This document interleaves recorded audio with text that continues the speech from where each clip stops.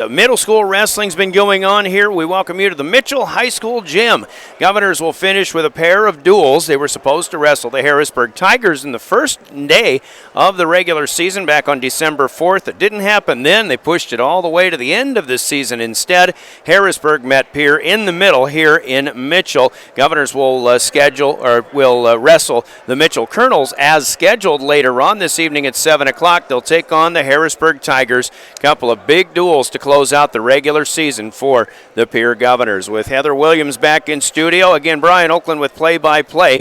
Coming up, log on and watch this at drgnews.com and the KGFX page, and we'll have the live video. Or on the DRG News app, downloadable through the Google Play or from the App Store, and you can see it that way as well. The DRG News app sponsored by the Golden Buffalo. Governors coming in with a dual record of 13-3 on this season, 4-2 against ESD teams. Harrisburg dueling 30-5 going into last night. Actually, they did have some duels, which we forgot to really look up the results of, but we'll get to that in a little bit. But boy, we got some good things coming. Harrisburg, an up-and-coming team over the last couple of years. They are here to stay. I think Mitchell, we've seen kind of getting back into the progress that they've been making for a number of years, and all of a sudden now Mitchell is one of those teams that a lot of teams are having some issues with as well. And of course, you know, the Governors have been there for a while, but Pierre, I think, needs to try to do whatever they need to do to stay in that upper echelon of teams in Class A wrestling right now, as Mitchell and Harrisburg trying to join them. And of course, now you see Brandon Valley, you've seen Watertown in the last couple of years, it's anybody's ball game. Of course, Rapid City Stevens out to the western part of the state, still anybody's ball game as we close out the regular season tonight. Region 3A wrestling tournament. In fact, all the regions will be held next weekend. Of course, the state tournament just a couple of weekends away.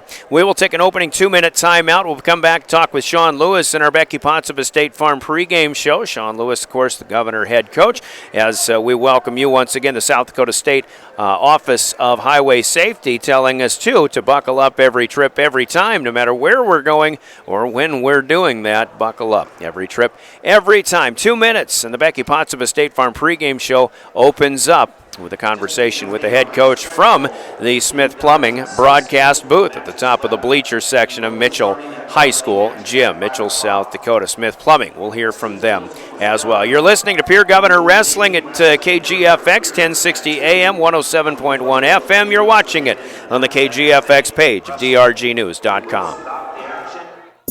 If you'd like to earn up to a 30% discount on your auto insurance, then here's your chance. Pottsville State Farm has an updated version of the Drive Safe and Save app, and drivers everywhere are enjoying the rewards. Millions are now saying it, don't mess with my discount, and you will too. Just download the Drive Safe and Save app from State Farm to get started, or call Pottsville State Farm agent's office and they'll be happy to sign you up. Call 224-4173, Pottsville State Farm Insurance, and learn more today. From the early days of South Dakota statehood through today's digital revolution, BankWest has remained committed to helping customers and communities succeed. BankWest Associates uphold this commitment by developing innovative products, tailoring financial solutions to customer needs, and actively supporting community causes. For a bank committed to helping you and your community prosper, choose BankWest. BankWest, convenient, connected, committed. Member FDIC. This Governor Sports Moment is brought to you by the independent insurance team at Fisher Rounds and Associates of Pierre. Zach Hansen may go down as the most decorated Pierre Governor basketball player in school history. A 4-time All-ESD and 3-time All-State selection, Hansen garnered the top award in South Dakota high school basketball when he was awarded the State Gatorade Player of the Year his junior and senior year, and South Dakota's Mr. Basketball his senior year, and is playing Division I college basketball at Creighton. Zach Hansen, one of Pierre's finest. This Governor Sports Moment has been brought to you by Fisher Rounds and Associates of Pierre.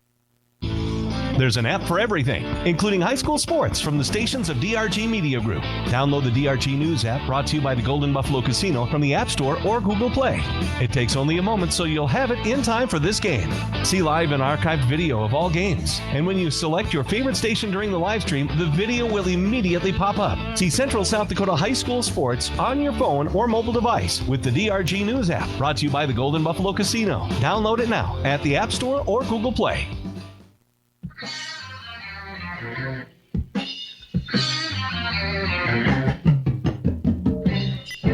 for the keys to success with Sean Lewis, the Governor head coach, as we finish off the regular season already. It seems doesn't seem that long ago we actually got started. It's been kind of a weird season, but last week you go down to Yankton, you get that dual victory, and I mean that was going to happen anyway because of a lot of open weight classes. So unfortunately, you didn't get that second day of action, and so not a lot of people got to wrestle, and a lot of people have had some time off here as you come into this final day.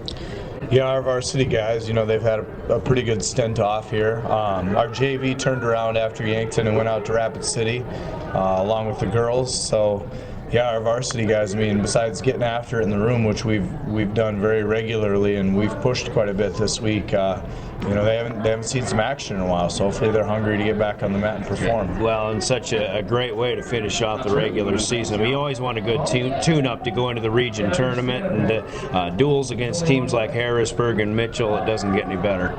Yeah, Harrisburg's got, they got a win over Watertown, and we got a loss to Watertown. And then Mitchell dueled both Brandon Valley and Watertown last night and took them both to the brink. Actually, a lost on criteria to Watertown, and wrestled, Brandon right there to a tight duel as well. So, we've definitely got a lot to prove with these two duels. Harrisburg in particular, that you'll face here at 5 o'clock, they came to Pierre in the East-West duels, and like you and like Brandon Valley, knocked off a good Rapid City Stevens team, and I think that was a pretty good indication, if people weren't aware already, of what kind of a caliber team this is. Yeah, when they're healthy, they're just balanced all the way up and down their lineup. And last year when we wrestled them for 3rd and 4th place at state in the duels, we knew that this was coming. We knew that they were, going to be for real, especially in a duel scenario. Whereas in maybe a tournament scenario, they're not necessarily as strong. In duels, they're definitely one of the tougher teams out there. And I guess you can say that in the other direction about Stevens. Stevens loses 3 duels that one particular day, but in a tournament setting, that's one of those teams that might be a little bit stronger. What makes a team a tournament team as opposed to a better duel team? Yeah, it's just how many kids can he push into the finals, and ultimately that's what Stevens has. They've got about 3 or 4 guys who are probably going to be in the finals, and that's big points. Tournament-wise, they're going to be there. East-West duels, they're missing about 2 of their guys, so. Yes, we beat them, and we very selfishly think that we can again, but we're going to have to earn it one more time. All right, so Harrisburg and Mitchell once again. Harrisburg is a team that I think in particular you're looking at the upper weight classes where they're the strongest, right? And that's kind of where you feel that many of your better guys are too. They're pretty balanced all throughout. But yeah, they've got some things going on from 152 all the way up to 220, and they're going to be tough in each and every single one of those weight classes, and we're going to have to definitely be ready to go out and try and win some of them flip matches that we're not necessarily supposed to. Flip matches, you have those in everybody you face, but what are the keys to success in winning those flips today? I think it's early takedowns. We haven't necessarily been on the mat for a while, so I think trying to get early takedowns and points on the board early in the match is definitely going to be something that we need to focus on for the night. If you've got kind of such an over-eagerness to get back on the mat, is it easy to kind of, overdo it early on in a match, or does that help you be a little more aggressive early?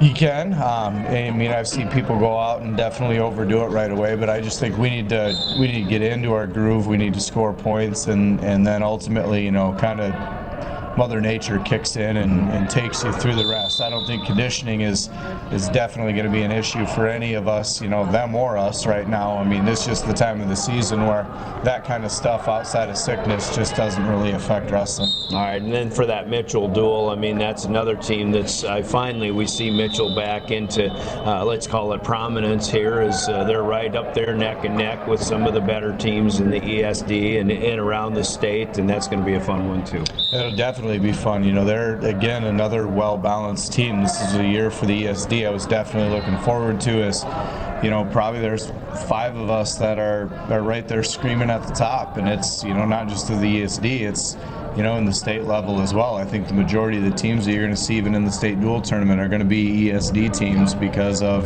the balance that they have all throughout their lineups, and Mitchell's no difference. I mean, realistically for them, their team goes as Sparks and Sparks go. So when they've got both Sparks winning at 120 and 132, typically things are going pretty well for them. If we can by chance flip those two into our favor, they're struggling a little bit for points. And I still thought at the beginning of the year, maybe Mitchell still had another year to go, but they have proven me wrong. Maybe they've proven a lot of people wrong. They're right here, right now. Yeah, their seniors actually give them some pretty good balance. Ultimately their juniors are what pushes them over the top, but their seniors give them those added guys in those kind of crucial weight classes where maybe they aren't the best, but they're not going to be ones that are going to be giving up lots of points, and they're going to be battling in those flip matches for you every single night. All right, Coach, looking forward to a fun night of wrestling. Go get them, all right? All right, thank you.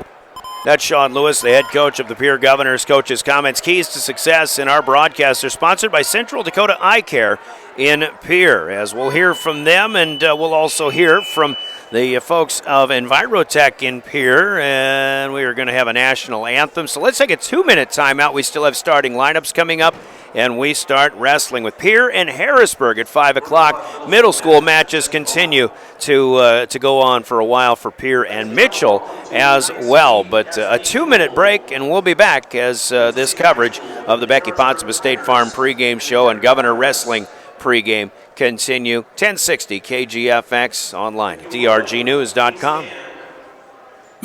May Adam Law Firm of Pierre offers superior legal representation. Clients can be assured their legal matter will be handled with expertise and the utmost professionalism. May Adam Law Firm's skilled South Dakota lawyers can take care of your family law, estate planning, real estate law, or personal injury. May Adam Law Firm is able to help you plan and prepare to make matters easy now and into the future too. Call 224-8803. May Adam Law Firm of Pierre, since 1881. He weighs only 22 pounds. He sleeps most of the day, but he has a lot of squeaky toys. And whoo boy, does he like to run. If your new puppy or other addition to your family has turned your starter home from cozy to cramped, it might be time to talk to a member of the First Dakota National Bank's home loan team about the competitive rates on our More Room for the Dog to Run loans. Bank yourself at home with First Dakota, because who knew a puggle could take up so much space? Equal housing lender, member FDIC. Monitor your accounts, especially during the holidays. Remember to track your accounts frequently for any fraudulent transactions, whether through mobile banking or online access. Sign up for notifications or text alerts from your bank that might indicate suspicious activity. This can range from mobile deposit alerts, big purchase alerts, password change alerts, etc. If you receive an alert, immediately reach out to your bank to ensure it is not a scam. Do not click on the link. With questions, contact the South Dakota Consumer Protection Division, 1-800-300-1986. Welcome to Lynn's Dakota Mart. Check out their selection in the meat, produce, deli department, and hardware, as well as the rest of the store. The freshest and best quality in the area. Don't see what you need? Just ask. The friendly staff is more than happy to help in any way possible. For any gathering, large or small, Lynn's Dakota Mart is there for you. Special orders and requests too. Smart grocery shopping takes a little TLC. Lynn's Dakota Mart. Thrifty, local, and convenient.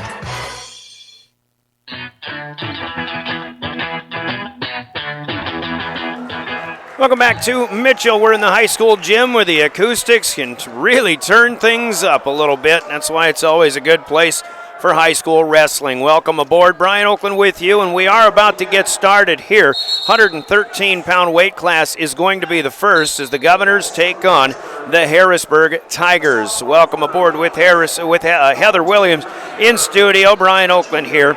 And Noah Williams getting started with the Governors. The junior is 19-9 on the season. He takes on Carter Ratcliffe, who is 22-10. That actually coming into last night's action should have a good one to start. Now, as you watch this one on our live video stream in the KGFX page of drgnews.com, we're focusing on the main varsity mat. We do still have middle school matches going on to the right, and later on we'll have some JV matches once the middle school matches are complete. No girls matches tonight. There's a girls tournament in Harrisburg tomorrow, but the middle school state tournament is also being hosted by Riggs High Gym in Pierre. Carter Ratcliffe will take the first takedown for the Governors, or for the Harrisburg Tigers here at 113 pounds. First weight class in tonight's mat official. The law on the mat is a familiar face in state wrestling and officiating. Greg Roach, he comes from Brookings,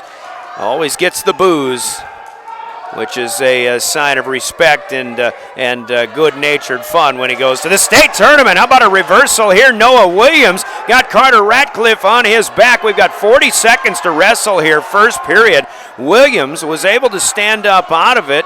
Ratcliffe had him in the high crotch, but Williams just kind of turned him around and got him on the back. So a 2-point reversal and a 5-second near fall for 3 points to add. And now Noah Williams, who spotted Carter Ratcliffe a 2-0 lead, has a 5-2 lead of his own, but now Ratcliffe trying to spin around. Williams keeping that from happening here. They're near the far end of the mat, and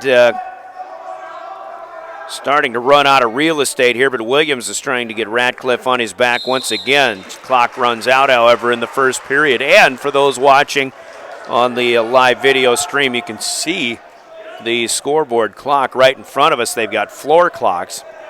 We'll keep the we will keep the dual score with Heather working that on our live video stream feature as well. Second period underway. It is the first match. We're at 113 pounds. 106 will be the final weight class to go, and I'm sure once we start that second duel with the Governors taking on the Mitchell Colonels later on, they'll start at 120 pounds, most likely.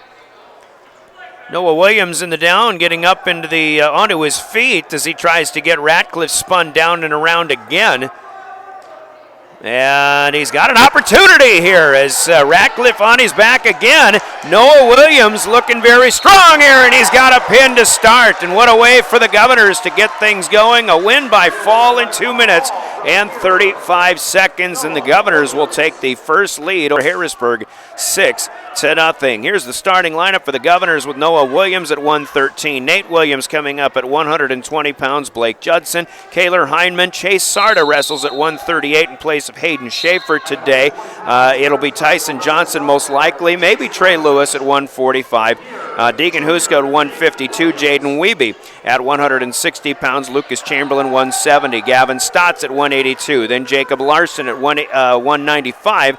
Reagan Bolweg 220. Preston Taylor at 285. And Lincoln Schonard, the 7th grader, will be the 106-pounder. And a good start here for Nate Williams, as he's got a takedown as well. And honestly, I'm not quite sure who this is for Harrisburg at 120 pounds. They have been wrestling a 7th grader in Chris Simonek. Could maybe look last night. We'll look and see. Harrisburg was... Nope, they did not wrestle last night. Triangular here last night, though. By the way, Coach Sean Lewis mentioned it. Mitchell and Watertown, that was a 33-33 tie. Watertown winning that on criteria, though. Watertown beat Brandon Valley 34-33, and Brandon Valley beat Mitchell 37-28.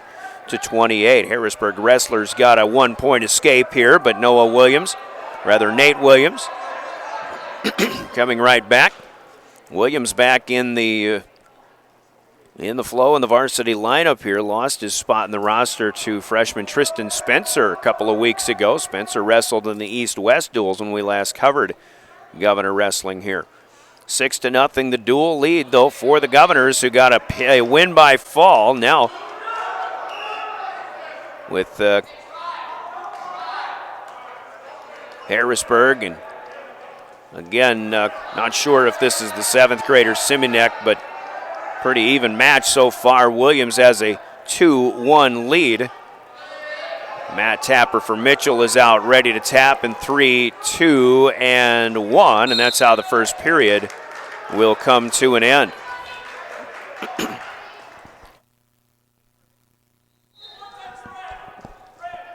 And we've got a blood timeout here for the Harrisburg wrestler. Timeouts in our broadcast. Actually, I got to get my stations right. We don't have timeout sponsors here on KGFX. In-game sponsors, Becky Potts of State Farm, the South Dakota Office of Highway Safety, and the South Dakota Attorney General's Office. Our opening match, by the way, brought to you by Lynn's Dakota Mart stores in Pierre and Fort Pierre. And a good opening match it was for the Governors and Noah Williams. CHS Midwest Cooperatives, Bauman Lumber, Wagner Auto will not announce our Bauman Lumber player of this match in the postgame once it is all said and done. Blood timeout comes to an end, though. And Harrisburg getting set, getting ready to go. Starting in that first match, I tell you what, the Governors, I think, just chomping at the bit to get back into action here. They went to Yankton a week ago tonight, got a 70-10 victory over the Bucks. Yankton has a lot of open weight classes, so an easy win for the Governors, as we mentioned with the coach, which was expected. But for the most part, it's been 2 weeks. 2 weeks ago, 2 weeks ago tomorrow, rather, since the Governors wrestled in the Les Telustos Invitational in Brookings. Here's Williams trying to fight his way out of the hold, and now he's got an opportunity to get back over the top of his Harrisburg opponent here. Harrisburg last wrestling beat Brookings 60-14 last week, lost to Brandon Valley in the same triangular, not last week, but this past Tuesday night. Brandon Valley beat him 45-18. Here's your 2-point reversal now for Nate Williams, as he's got a 4-1 lead. Now we're in the second period, 1:05 to wrestle. And again, I did not catch the name of the Harrisburg wrestler. I'm assuming it's, or I'm guessing, let's put it that way, I'm guessing that it's Chris Simunek. I could be very wrong, though. Had Carter Ratliff expected to be at 113 pounds to start off. Ratcliffe off to a really good season, 22-10. A lot of these Harrisburg wrestlers, specifically the ones later in the upper weight classes, have some really fine records, and they've been wrestling an awful lot. 30-5 duels on the season. They've wrestled a few tournaments, but some of these wrestlers have 38 to almost 40 matches on the season, which normally isn't that big of a deal. We've got blood again from the nose of the Harrisburg wrestlers, so another blood timeout. Tell you what, let's take a quick 30-second break. It's a 4-1 lead for Nate Williams of the Pierre Governors, and we're back with more at 1:30 in 30 seconds. This is Governor Wrestling. Smart grocery shopping takes a little bit of TLC. Lynn's Dakota Mart in Pierre is thrifty, local, and convenient. Shop Lynn's Dakota Mart for the freshest produce, highest quality meats, and delicious bakery items. Shopping Lynn's Dakota Mart is easier because of the spacious aisles. Everything is easy to find. Lynn's Dakota Mart has recently updated their store and takes pride in providing you a clean shopping environment. Lynn's Dakota Mart Good Neighbor Pharmacy offers free delivery and mail out too. Thrifty, local, convenient. Lynn's Dakota Mart in Pierre, your hometown neighborhood market.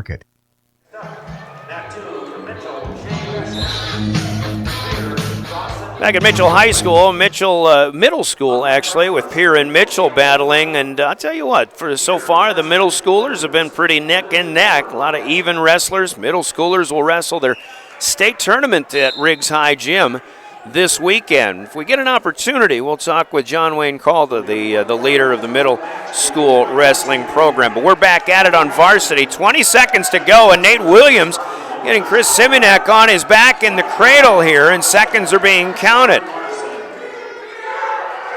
So Nate Williams trying to match the feet of brother Noah, who got a pin at 1:13 to start. And he's got it here with 2 seconds to go in the second period. Back-to-back pins for the Williams boys, and the Governors up their lead to 12-0. This one in a time of 3 minutes and 58 seconds. And upcoming is Blake Judson for the Pierre Governors at 126 pounds. Blake, one of the top wrestlers in the state in that weight class. And we'll await for the announcement. We assume this to be sophomore Jace Dornbush coming for Harrisburg, as the wrestlers will report right down in front of us. Next up at 126 from Harrisburg, Corbin Ochtenda. For Pierre, Blake And Corbin Akenga. Corbin Akenga, a junior for Harrisburg. And Blake Judson, we expect to be heavily favored in this one.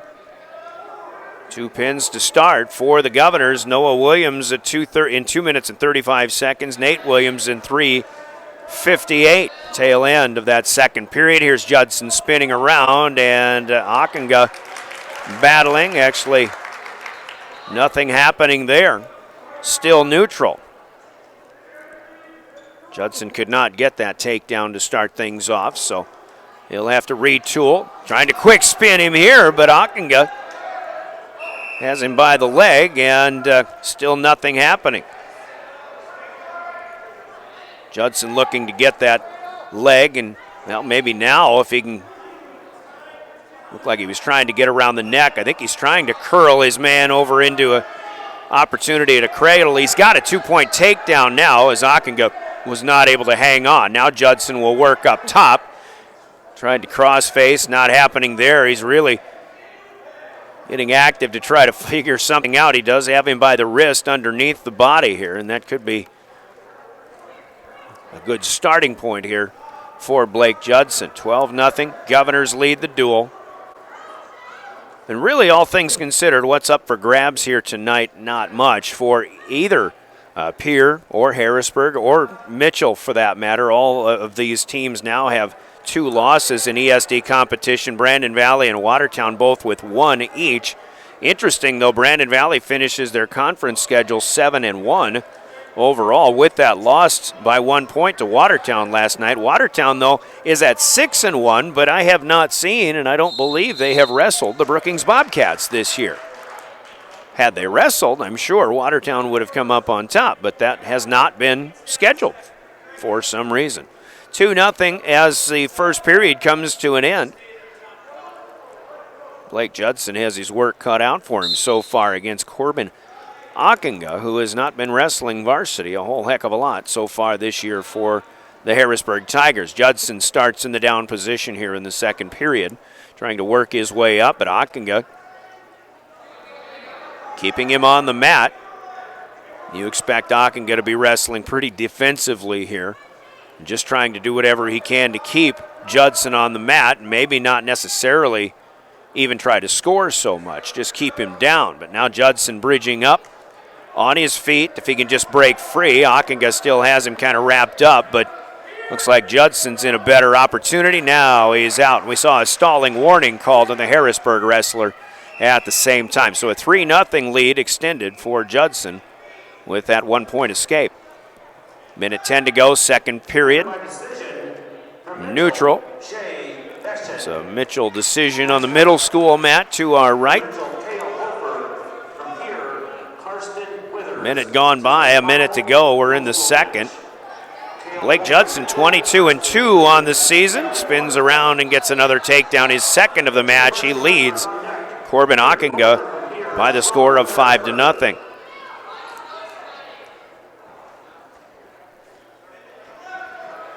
Blake Judson, as mentioned, 22-2, and if I'm not mistaken, both of those losses have come to an opponent from Brandon Valley, Trace and Omi.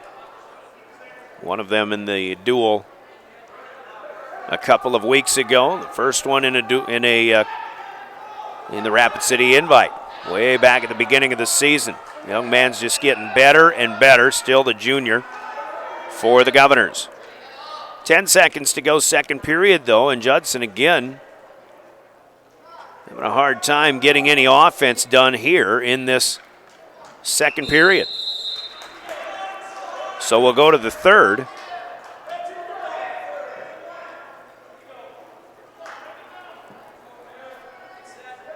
So Judson will now be in the up position here. Third period, he wrestles Corbin Akenga right to the mat without even Akenga getting an opportunity to try to sit up or stand up out of it.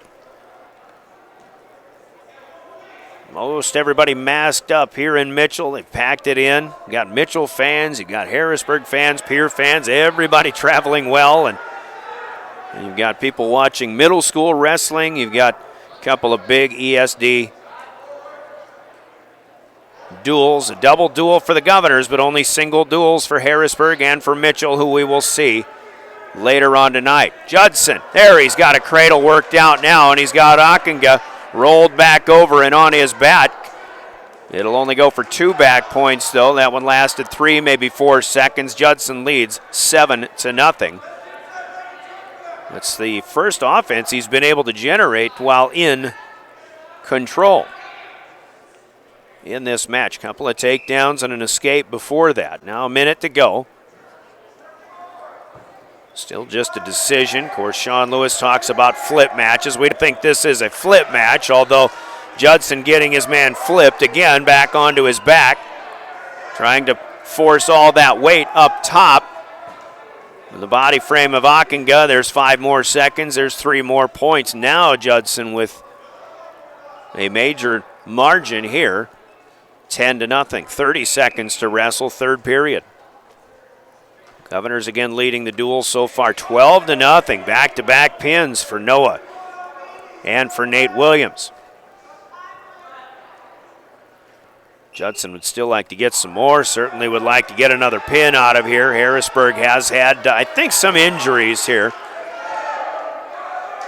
And now another opportunity for Judson. 3 seconds to go. 2, 1, and 3 back points is all he'll get. 13-0 though. A major decision. Solid third period for Blake Judson. Pierre leads the duel now 16-0 on the Wagner Auto scoreboard of the Wagner Auto of Pierre. The one place to go. Let's take a quick 30. We go to 132 next. This is Governor Wrestling.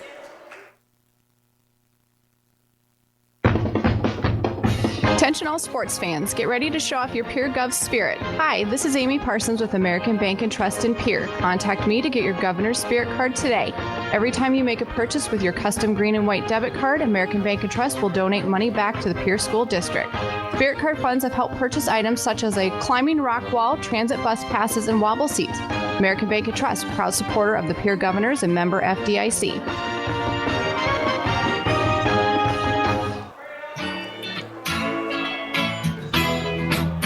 Welcome back to Mitchell. Brian Oakland with you. 3 matches in so far, and the Governors lead Harrisburg 16-0. Kaylor Heineman wrestling for Pierre now at 132 pounds. The senior 22-7 on the season. His opponent is a sophomore, Peyton Tryon, who is 18-10 or somewhere thereabouts. Heineman got an early takedown. Tryon is back up on his feet and out of the hold. So a 1-point escape there, but Kaylor Heineman ready to go back to work. Both wrestlers back down on the mat, but Heineman's, well, his right arm was locked up the entire time, could not get control. Now Tryon comes right back and tries to get a trip-up takedown. That didn't work, so we're still neutral once again in a 2-1 rather, the lead to Kaylor Heineman. Heineman getting a little bit better and better as the season goes along. We see Peyton Tryon, who is wrestling and has been for a few weeks in place of Jagger Gribble, who I believe is the first stringer, all things considered, who is a junior for the Tigers. Heineman runs out of real estate on the top of the circle. 16-0 once again for the Governors. Middle school wrestling is complete to our right. Junior varsity kids are making their way to mat number 2. We'll try to keep you updated with how much and how well things go for both teams in that one. Wrestling junior varsity at the same time as the varsity. Tell you what, they've done a good job in starting this one right on time here. First period coming to an end though, and 2-1 our score as Kaylor Heineman leads Peyton Tryon. Started at 113, will end at 106. Second duel with Pierre and Mitchell should be one step up, and we'll start at 120 pounds in that one, end at 113. Tryon, the sophomore, in the up position. Heineman curled up underneath here. His first move from the down position didn't net him a lot of activity, but he is out now on a 1-point escape. Ups the lead to 3-1. See what Heineman can do. Once again, Governors, only about half of the kids on the squad got to wrestle last Friday against Yankton. Tryon taking a shot here, trying to go double leg, but Heineman staying stiff. Nothing happening here. It's still a 3-1 lead for Kaler Heineman. Covering wrestling for the Governors and your official voice to the Governor Athletic Program, DRG Media Group, KGFX AM this night as the Governor basketball squads, girls and boys both, entertaining the Winter Warriors. And David Burrow with the call on those on River 92.7. The first game tipped off right at about 5 o'clock, I believe. So we'll be in contact with David as to how things are going at the basketball floor at Riggs High Gym tonight. Down to 30 seconds left, second period. Not a lot of offense going on here. Kaler Heineman still controlling the match, leading 3-1. He's got a leg underneath of Tryon. Has not been given a takedown yet, and he doesn't have a lot of room to work with over to the left side of the circle from our vantage point. Tryon still has an arm to the back. There's a takedown, and a good job by Heineman to get him back in the circle enough as seconds close out the second period. 5-1 now, Kaler Heineman with the lead.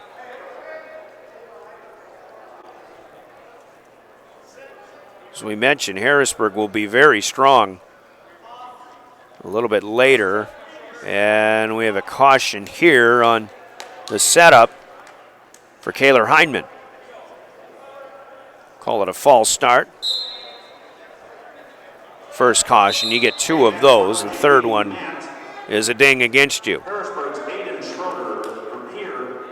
5-1 now. Kaler Heineman starting the third period. He's in the up position. Heineman again, the senior. We've got posters of Mitchell seniors. It might be senior recognition night for the Colonels a little bit later on. I guess we'll find out. But 16-0 here. Governors leading Harrisburg so far.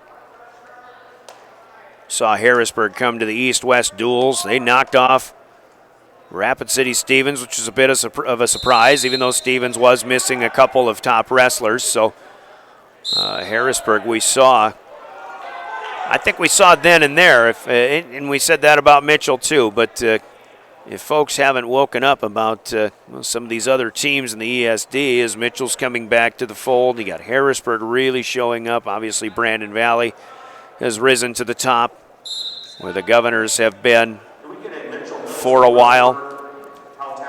Blood timeout, by the way, for the Harrisburg wrestler. Peyton Tryon has that taken care of. Well, they got to wipe some more blood off of the nose and off of the hand. And Heineman ready to go again. Peyton Tryon down at all fours. We're in the third period, 132 pounds, fourth bout of the night. And we expect all 14 to be wrestled. If there's an exception to that, it might be at 285, depending on what the Harrisburg lineup will have. But here's Heineman working against Peyton Tryon. Tryon tried to get out of this, but unable to do so. Heineman still has him in control. 47 seconds to wrestle third period. We're out of bounds, and we'll go back to the middle. Red wrestler down, that's Harrisburg. Of course, the Governors pretty much always get to be the green. They are in the green singlets here in this first duel. Governors in vertical script down the backside. Black chain link design. On the back as well, Harrisburg in dark maroon. A little bit of black, and Tryon slips out. Now he's got control of Kaler Heineman. A 2-point reversal. 15 seconds to wrestle as this one just got interesting. 5-3 though, Heineman still leads. Here at 132. Tryon has a stalemate going to be called. Greg Roach, the official, he's a little more animated than a lot of wrestlers, or a lot of officials. Made an arm movement and knocked that sock and the mat tap right out of the young man's hand. 1 second to go. That'll do it. 5-3. The final is Kaylor Heineman will pick up another victory. 3 points for the Governors. They lead the Tigers 19-0. We're back in 30 seconds, up to 138 next. This is Governor Wrestling. Taking care, touching lives. Avantera Pier has an opportunity for one full-time LPN or RN. Be a part of a family-oriented team environment with an aggressive pay plan and excellent benefits package available. Avantera Pier is a new company under new ownership in Pierre. Apply today at Avantera Pier, 950 East Park Street, or call 224-8628 for more information. Apply online at legacyhc.com or Indeed. Avantera Pier is an equal opportunity employer.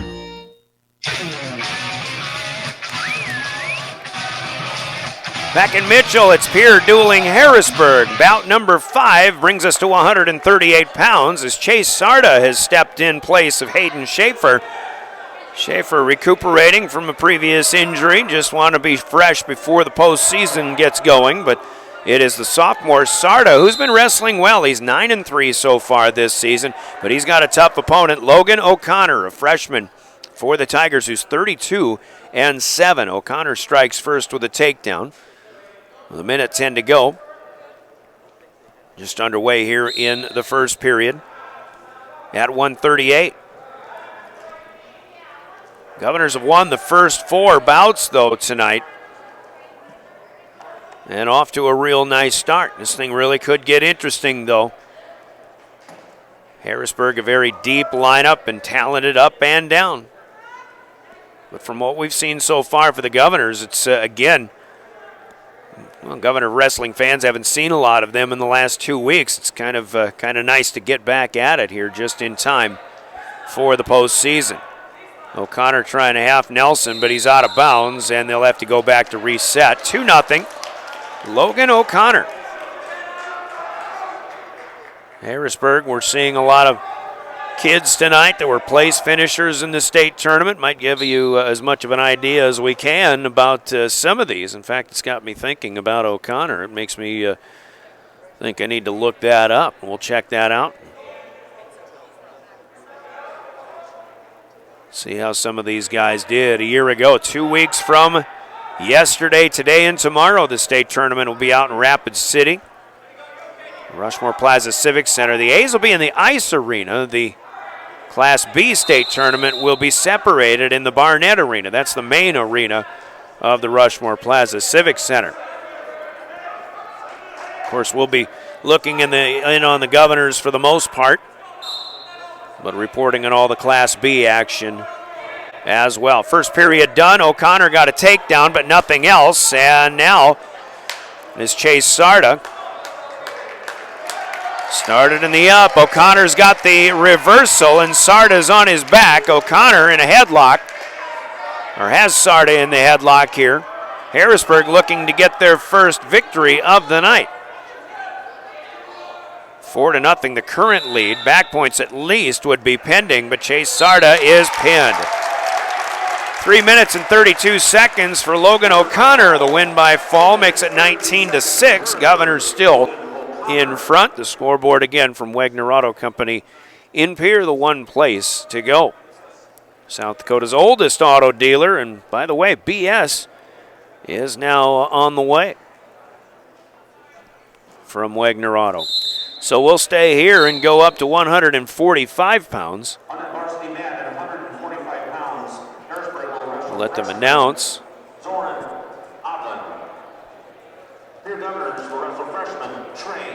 Soren Odlin, and it is Trey Lewis wrestling tonight rather than Tyson Johnson. Lewis, the freshman, has been wrestling well, about 11-3, somewhere thereabouts on the season. Locked up, Lewis will get the first 2 on a takedown here. Soren Odlin, just a freshman, wrestled last year too. He's had a lot of matches, 21-21 is his record, up and down season.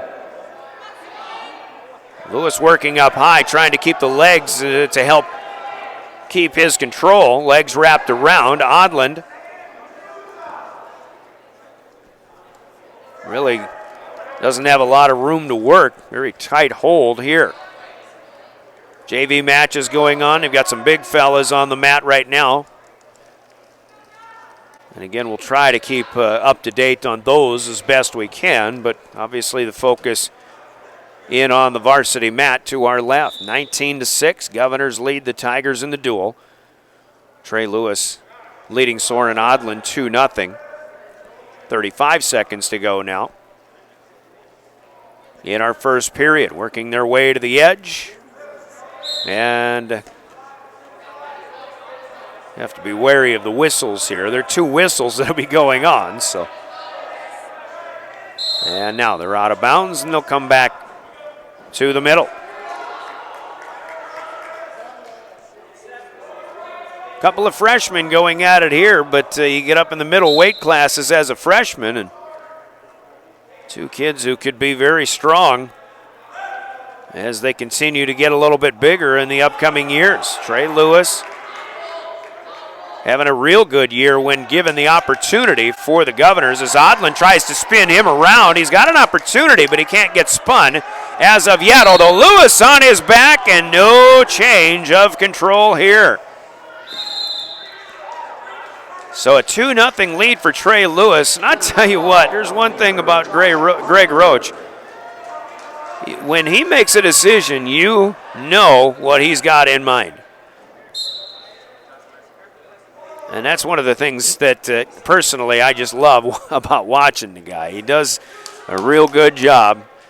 Odland does a good job, by the way, sitting up and standing up out of the hold of Trey Lewis. An easy escape, so Odland scores his first point.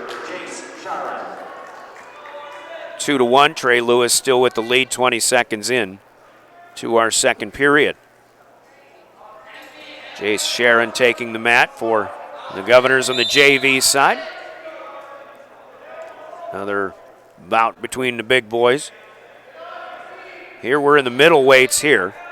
Started again at 113. If you just joined us, back-to-back pins for Noah Williams and Nate Williams. Blake Judson got a major decision, 13-0 win. Kaylor Heinman, a 5-3 decision win over Peyton Tryon, but Logan O'Connor has most recently pinned Chase Sarda, the sophomore, for the Governors. 19-6 our score. Trey Lewis leading 2-1, and this sequence has gone stale, and we'll go back to the beginning again. Neutral, on their feet.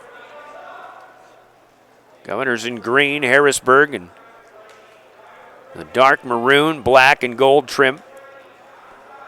Although Odland's got the turquoise shoes with the pink ankle cuffs on them.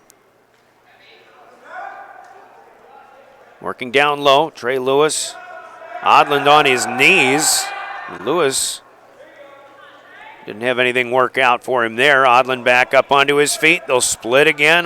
Lewis checks the time. Down to 20 seconds. Trying to get something done in short time here at the end of the second period. Breaking free again. 10 seconds to wrestle in the second. Lewis most likely will take the down to begin the third, and that is what'll be coming up next. Second period over. Just a 2-1 bout. Green's choice. Lewis down to the knees. Spins right away, but Odland still has him. Lewis trying to work back to the leg and the ankle. And, he couldn't get out of the hold. Looked like he had an opportunity, but Odland keeps him face down back on the mat. And see if Lewis tries to go back to that same idea. Although right now he's got to deal with the arm of Soren Odland back over across the back of the neck. Now Lewis, now he's got a hold of the leg. Opportunity here for a reversal.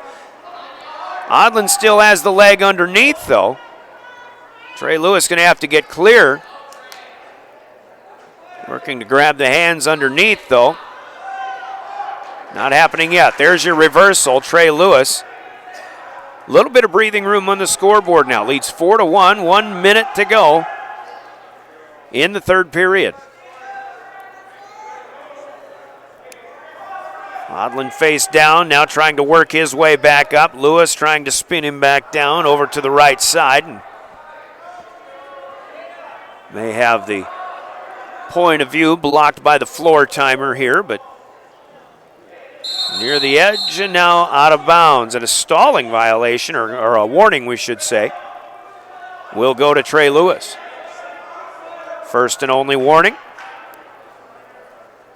Lewis back to the middle, left arm wrapped around in the up position. Odland been hovering around 500 on his record for most of the year, but again, 42 matches. In this day and age, a lot of the Governors don't even have 20 matches.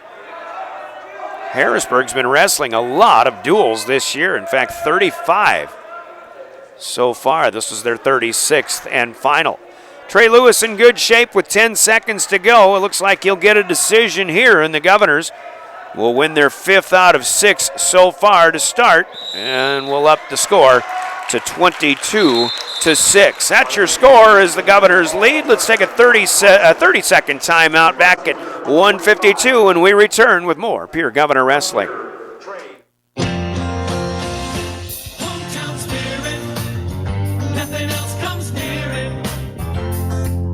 The kind of pride that you feel inside, the spirit of our hometown. Hometown spirit, nothing else comes near it.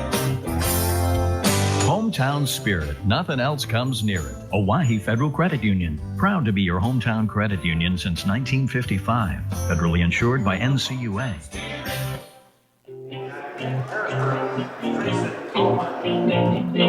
Well, the Governors have moved Tyson Johnson up to 152 pounds.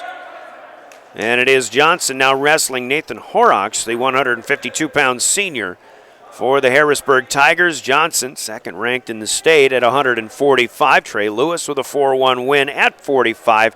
Johnson moving up. We expect to see Deegan Huska then perhaps moving up to 160 pounds. Governors leading the duel 22-6. And Tyson Johnson with an early takedown here of Horrocks. Horrocks himself 23-15. Solid record. Been wrestling well in the last couple of weeks. Winning 4 of his last 5 in the duels that Harrisburg has had. 1 minute into this match, Johnson leading 2-0. Got a hold here. Cradle's reversed a little bit, but effective enough. And not going to get a pin out of this as Johnson's arm is underneath the left shoulder, although now he's kind of adjusted that. And, well, he had an opportunity. Johnson with 3 back points leads 5-0. 30 seconds to go here. First period. Sometimes you wonder a little bit, especially as you get up into the bigger weight classes, but boy, you get the well-conditioned kids. Tyson Johnson's been doing this a while. I don't think moving up, even though he weighs in at 145, moving up to 152 on a night like this. Going to have adrenaline pumping for 2 big matches to close out the regular season. I don't think, again, much of an issue for people like Tyson Johnson.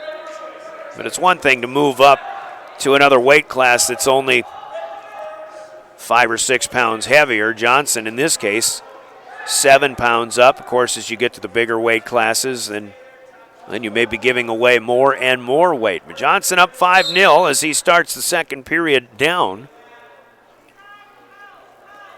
First move, nothing yet. Nathan Horrocks, though, having a hard time hanging on as Johnson about ready to turn him over, and there is your 2-point reversal. 7-0. Tyson Johnson looking strong here early second. There's a pin for a Governor JV wrestler, Jaden McRae. 7-0. Tyson Johnson 30 seconds into the second period here. 152 pounds. This is our 7th match tonight. Out of 14 weight classes, we started at 113. So we'll be halfway done with this opening duel of the night, but we still have another whole duel to go as the Governors will duel the home team, Mitchell Colonels. Johnson's got Horrocks on his back again, and there's a win by fall. 2 minutes and 56 seconds the pin for Tyson Johnson, who improves to 25-2 on the season. Governors up their lead to 28-6. Halftime brought to you by CHS Midwest Cooperatives, and we're back at 160. Next, this is Governor Wrestling. Now, we don't have to tell you that farming gets more complicated every year, but what we can do is bring you Allegiant Seed from CHS Midwest Cooperative. Allegiant brings you leading traits that fits your farm plan perfectly. These are proven farm solutions made simple. And because Allegiant comes from a trusted team that knows your land, choosing Allegiant Seed might just be the simplest decision you make all season. For more information on Allegiant Seed, contact your local CHS Midwest Cooperative today. Want to get lucky this Valentine's Day? Beck Motor Company is celebrating 2021 with offers you'll feel very lucky about. New and used vehicle purchases, as well as tire purchases, get to spin the wheel and take home gift cards from local businesses like Dakota Mart, Pizza Hut, Runnings, and more. This on top of special pricing, including buy 3, get 1 free on tires. See all our Lucky 21 specials at beck-motors.com. Call us at 224-5912.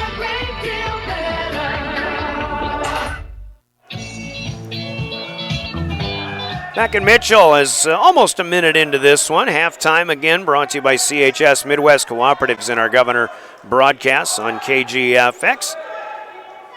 Deegan Huska wrestling up to 160 pounds. His opponent is the senior Jace Jones. Jones is 29-12 on the season. Huska, the normal 152 wrestler for the Governors, at 18-12. But he gets the first takedown, and he's working over the top of Jones with 35 seconds to go here now. But he'll have to let him free. Jones is out. 1 point escape. 2-1. Wagner Auto scoreboard. Again, Pierre 28 and Harrisburg 6. Only Logan O'Connor at 138 with a win by fall so far for the Tigers. 15 seconds to go here in the first period. And again, I think in all honesty, I think where Harrisburg is strongest in their weight classes, again, they're deep all up and down, but where they are strongest as the first period comes to an end might be up at the upper weight classes. They've got records up top like 35-4, 35-2, 33-5, 34-7, but those are your 170 through 220 weight classes, and the Governors are pretty good in those weight classes as well. So we'll see how it goes here. Second period's underway. Huska leads 2-1. We're at 160 pounds. Jaden Weeby was listed at first, but will not wrestle in this duel. We expect Lucas Chamberlain, the freshman, who's been going at 170 all season for most of the season. Huska had the arm wrap behind, but nothing working there. Still trying to keep tight grip up top. Huska again, like Tyson Johnson, wrestling up a weight class. Johnson, along with Noah Williams and Nate Williams, wins by pin so far tonight for Pierre. And Huska, indecision on about what he wants to do here a minute in, but the important thing is he hasn't let Jace Jones off the mat yet. Stalemate will be called. Huska's really trying to work with the hands and the wrists, and Jones has been neglecting that and just kind of keeping him from grabbing for control. We got a caution here on the startup once again for Deegan Huska. Asking for further explanation. We go again. Jace Jones, an active startup here, but Huska still has him. Grabs the ankle, forces him forward. 40 seconds to go, second period. Huska and Jones. Deegan's been really wrestling well of late. His record at 18-12, again, certainly good, but I don't think that really is an indication of how well he's been doing. I think, if I remember 2 weeks ago, did win that Brookings invite. Here's potentially dangerous, and it'll be 18 seconds to go. Short time coming here for Huska and for Jace Jones of Harrisburg. Sitting up, spinning out, Huska. And another potentially dangerous situation here. And I tell you what, Deegan Huska might have worked himself right into that to save that 1-point escape. 12 seconds to go, and another caution here on the false start. Huska, I think, thought he heard a whistle, and it didn't happen. That's his second warning for a false start. 8 seconds to wrestle.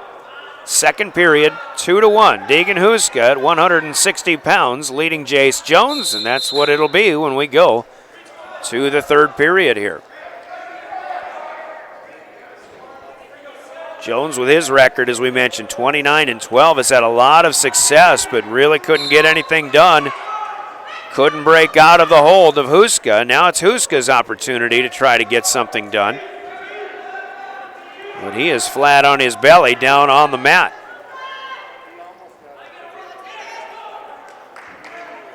Could be a good win here if Huska can stay alive. He's trying to bridge up and get out of the hold of Jones. Jones adjusting holds.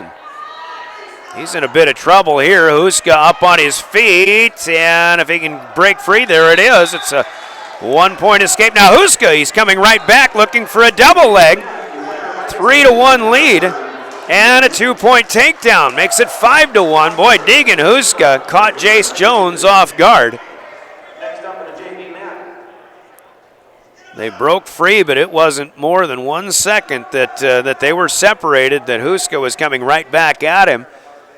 And with a minute to go, he's got a 4-point lead in this 160-pound match.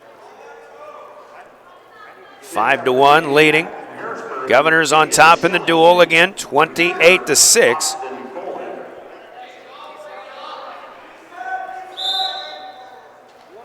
Huska checking time. 40 seconds to go. He's probably going to bide his time as much as he can.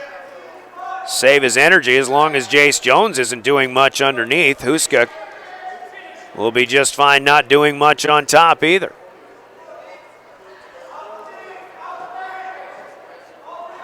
A 5-1 lead down to 20 seconds to go. They're out of bounds. They'll go back to the middle again. Tyson Johnson wrestled up at 52. Trey Lewis took over at 145. Johnson with a pin. Now Huska wrestling up from 52 to 60. He's content to let Jace Jones free, but he comes right back. So a 1-point escape for Jones makes it 5-2. 8 seconds to wrestle. And Huska going to wrestle a fine match here in a 5-2 victory by decision. The Governors tack on 3 more. They'll lead Harrisburg 31-6 as we go to 170 pounds in 30 seconds. This is Pierre Governor Wrestling.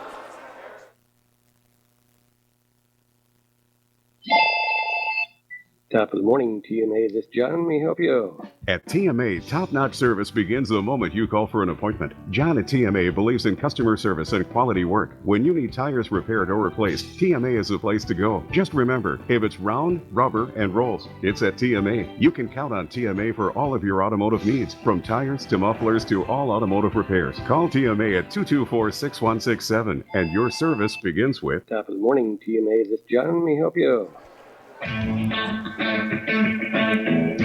Underway at 170 pounds now. Welcome back to Mitchell High School. Pierre in Harrisburg. Ryan Hirschkorn wrestling for the Harrisburg Tigers against the freshman Lucas Chamberlain for the Governors. Hirschkorn, a good one, 35-4 on the season. He is a junior. Chamberlain, as we mentioned, a freshman, 17-12 in his first full season as a varsity wrestler. Hirschkorn with that takedown has the early 2-0 lead. Chamberlain so far staying pretty stiff underneath, but Hirschkorn kind of trying to come through the wing on the right side.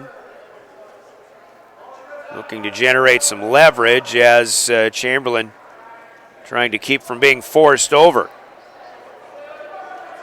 And that's about as long as that took. Hirschkorn muscles him over. Chamberlain on his back here. Harrisburg with just one win in 8 matches so far tonight will be favored in this one. 35 seconds and counting down, period number 1. Chamberlain got to keep his right shoulder off the mat right now as Ryan Hirschkorn tries to put it down. Chamberlain in trouble here. Hirschkorn doesn't have it yet. 15 seconds to go. And there it is. Minute 49 for Ryan Hirschkorn as he defeats Lucas Chamberlain, and the second win for the Tigers tonight, both by fall, and they're back within 31-12, our updated score, and we look forward to 182 pounds.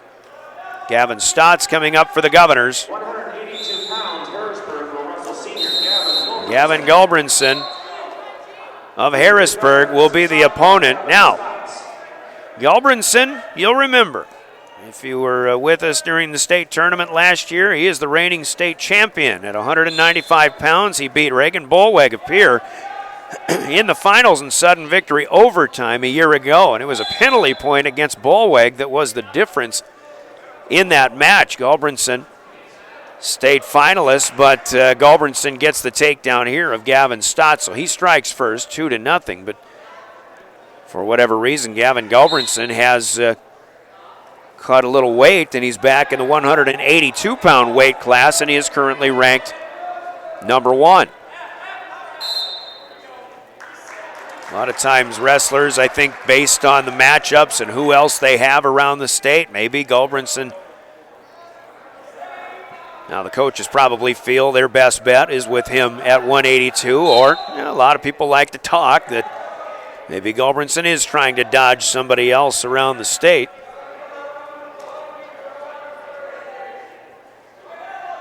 But Gulbranson leading Gavin Stotts 2-0 here in our first period gone by.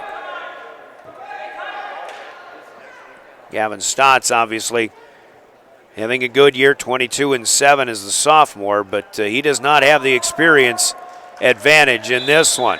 Gulbranson will push him out of bounds, break free, and Stotts has that 1-point escape. It's 2-1. Gulbranson for the Tigers. His record so far 35-2. Certainly having another state finalist quality year. He's got another takedown, second of the match. He leads 4-1. Stotts will try to figure something out here.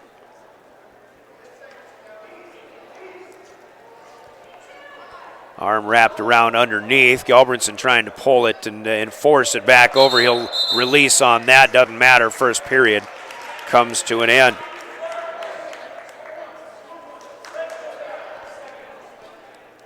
Here at 182 pounds, we're finishing at 106 in this first duel of the day for the Governors. They'll get the Mitchell Colonels to close out the regular season. And a caution start here for Stotts. Right arm wrapped around. Gulbranson quickly stands up, and he'll break free. Gavin Stotts says, all right, you can have that. Now 5-1 with that 1-point escape. 31-12 on the duel. Governors lead.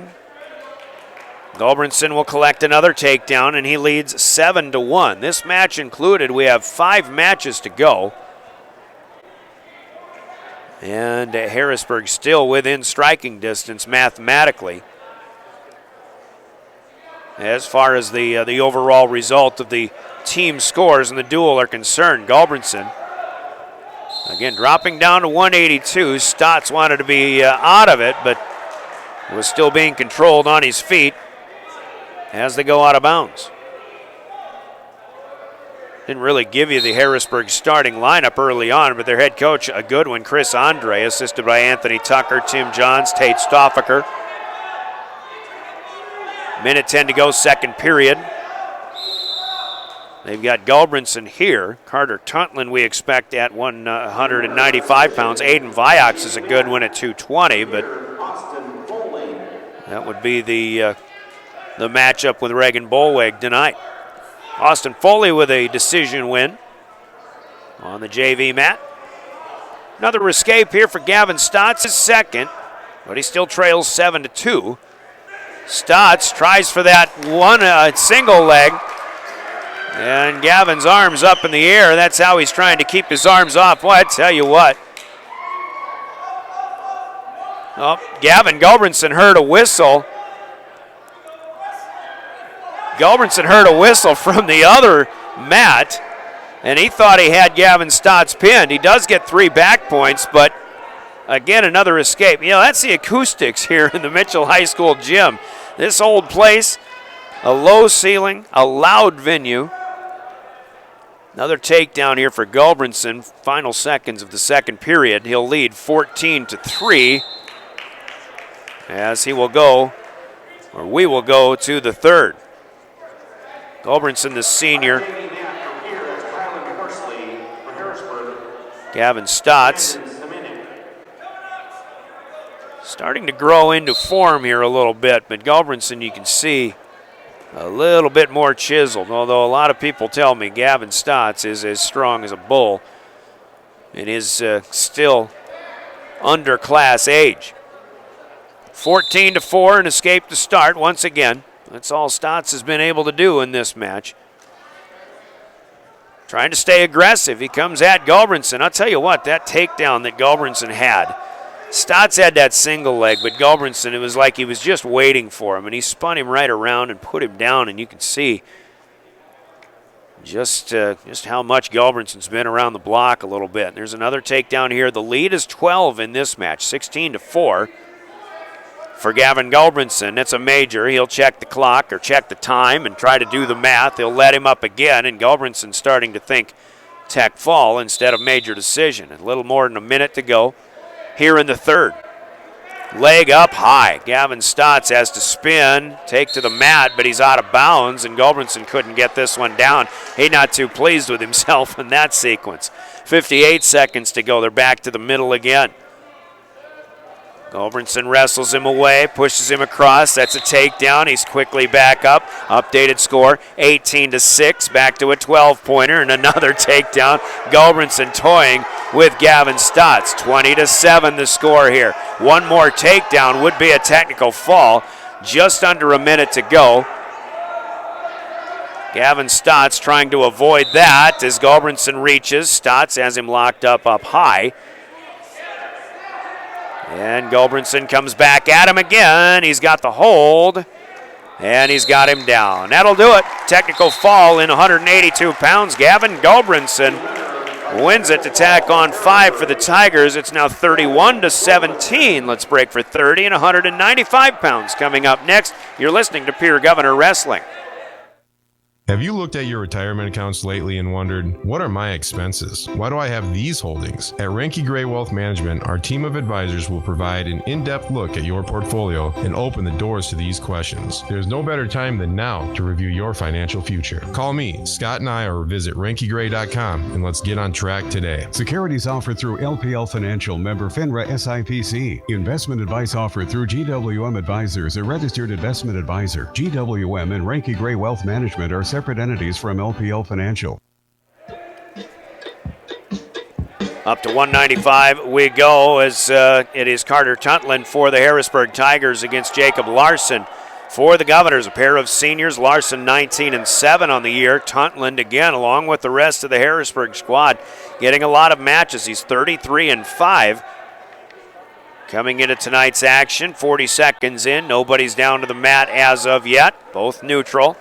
Tuntland will take the first shot. Larson fending that off. Larson trying to step on the foot to trip up Tuntland, but no avail on that. We're driven by the Office of Highway Safety. Reminds us, don't drink and drive.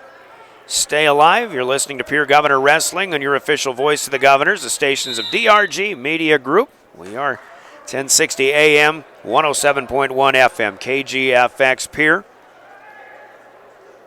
Live streaming online as well, the KGFX page of drgnews.com and the DRG News app, brought to you by Golden Buffalo. Brian Oakland with the play-by-play. Heather Williams in studio, keeping us up and running. Basketball on the FM side on River 92.7. Pierre hosting Winter in a doubleheader tonight. Girls and then boys. Still neutral. 18 seconds to go first period. Tuntland and Larson so far pretty evenly matched up. Larson gets low, but Tuntland backs away. JV matches to our right, which you can't necessarily see too much of on our live stream as we have the wide angle lens doing what we can to just get the varsity mat. But you can see the time and the score of each individual match in your field of view as well. First period ends in a scoreless tie, and Jacob Larson with Carter Tuntland, who got up on his feet early. Larson picks him up here, now back to the mat again, and a good job by Jacob Larson to keep Tuntland in control.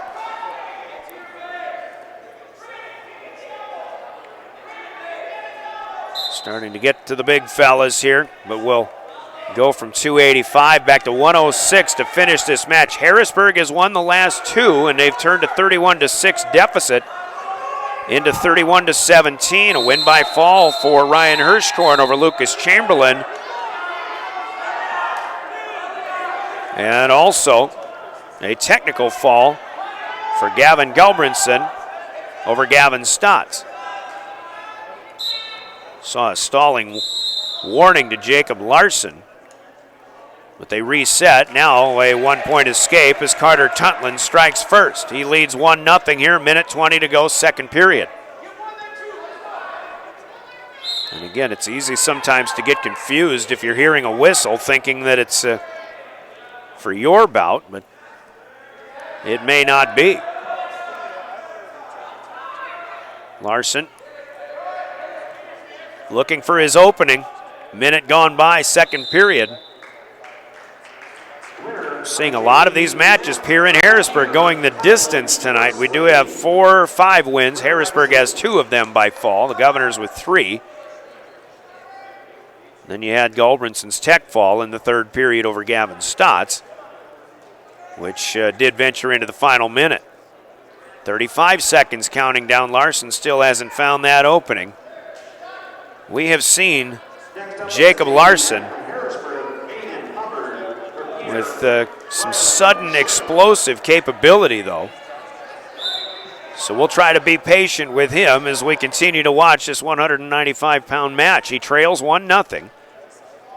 They're at halftime at Riggs High Gym, and the girls' half of that doubleheader. Winter is leading Pierre 26-22. That's second-ranked Winter and the Lady Warriors, leading the Pierre Governors Class AA. Second period is over. And Green's choice is Jacob Larson will take to the down, and he'll have to get up and get away at the very least at some point over the next 2 minutes of wrestling. Carter Tuntland leads 1-0. Again, doing the math in the duel, if Harrisburg gets another win here, as Larson breaks free, we're tied at 195. And a blood timeout coming here for Jacob Larson. But again, 14-point difference in the duel. 4 matches to finish, this one included. Governors should have a good one at 220. Governors should be heavily favored at 285. And with Lincoln Schonard, the 7th grader, listed for Pierre at 106. Who will go against freshman Tyler Worth. This match could conceivably come down to that last one. We'll find out. 1-1, we're into the third. Nose plugged here for Jacob Larson. We move on with a minute and a half to go, third period. Locked up high. Tuntland reaches, Larson pushes him aside to the near side of the circle, now backs up into the middle. Wrestler's neutral. Who can get a takedown here? Tuntland takes a shot but misses. Larson locks up. Jacob really starting to lean in a little bit. Now got Tuntland wrestled aside, and he's trying to throw him a little bit off to the side, I think, so he can get an opening, get Tuntland off balance, and then take his shot. Down to 50, 5-0 to go. Third period. It just seems like Jacob Larson getting a little fired up here in this third match, or in this third period. Trying to get that trip up. Now, meanwhile, Tuntlin, reaching, trying to get a hold in between the legs. Larson working to try to trip his man again. They'll split up again. Now back at it. Near the edge, 20 seconds to wrestle. Larson getting stronger and stronger, but he just can't find his opening. Tuntlin's a little bit bigger. Larson reaches between, and Carter Tuntlin gets the takedown. Larson lost his balance, and that is pretty much how this match is going to end. A 3-1 decision for the Harrisburg wrestler. They'll tack on 3. The Governors still lead 31-20, but the Tigers have won the last 3. Let's go to 2:20 and 30 seconds. You're listening to Pierre Governor Wrestling. You have a lot of expenses to juggle as a business owner. Worrying about health insurance for your employees shouldn't be one.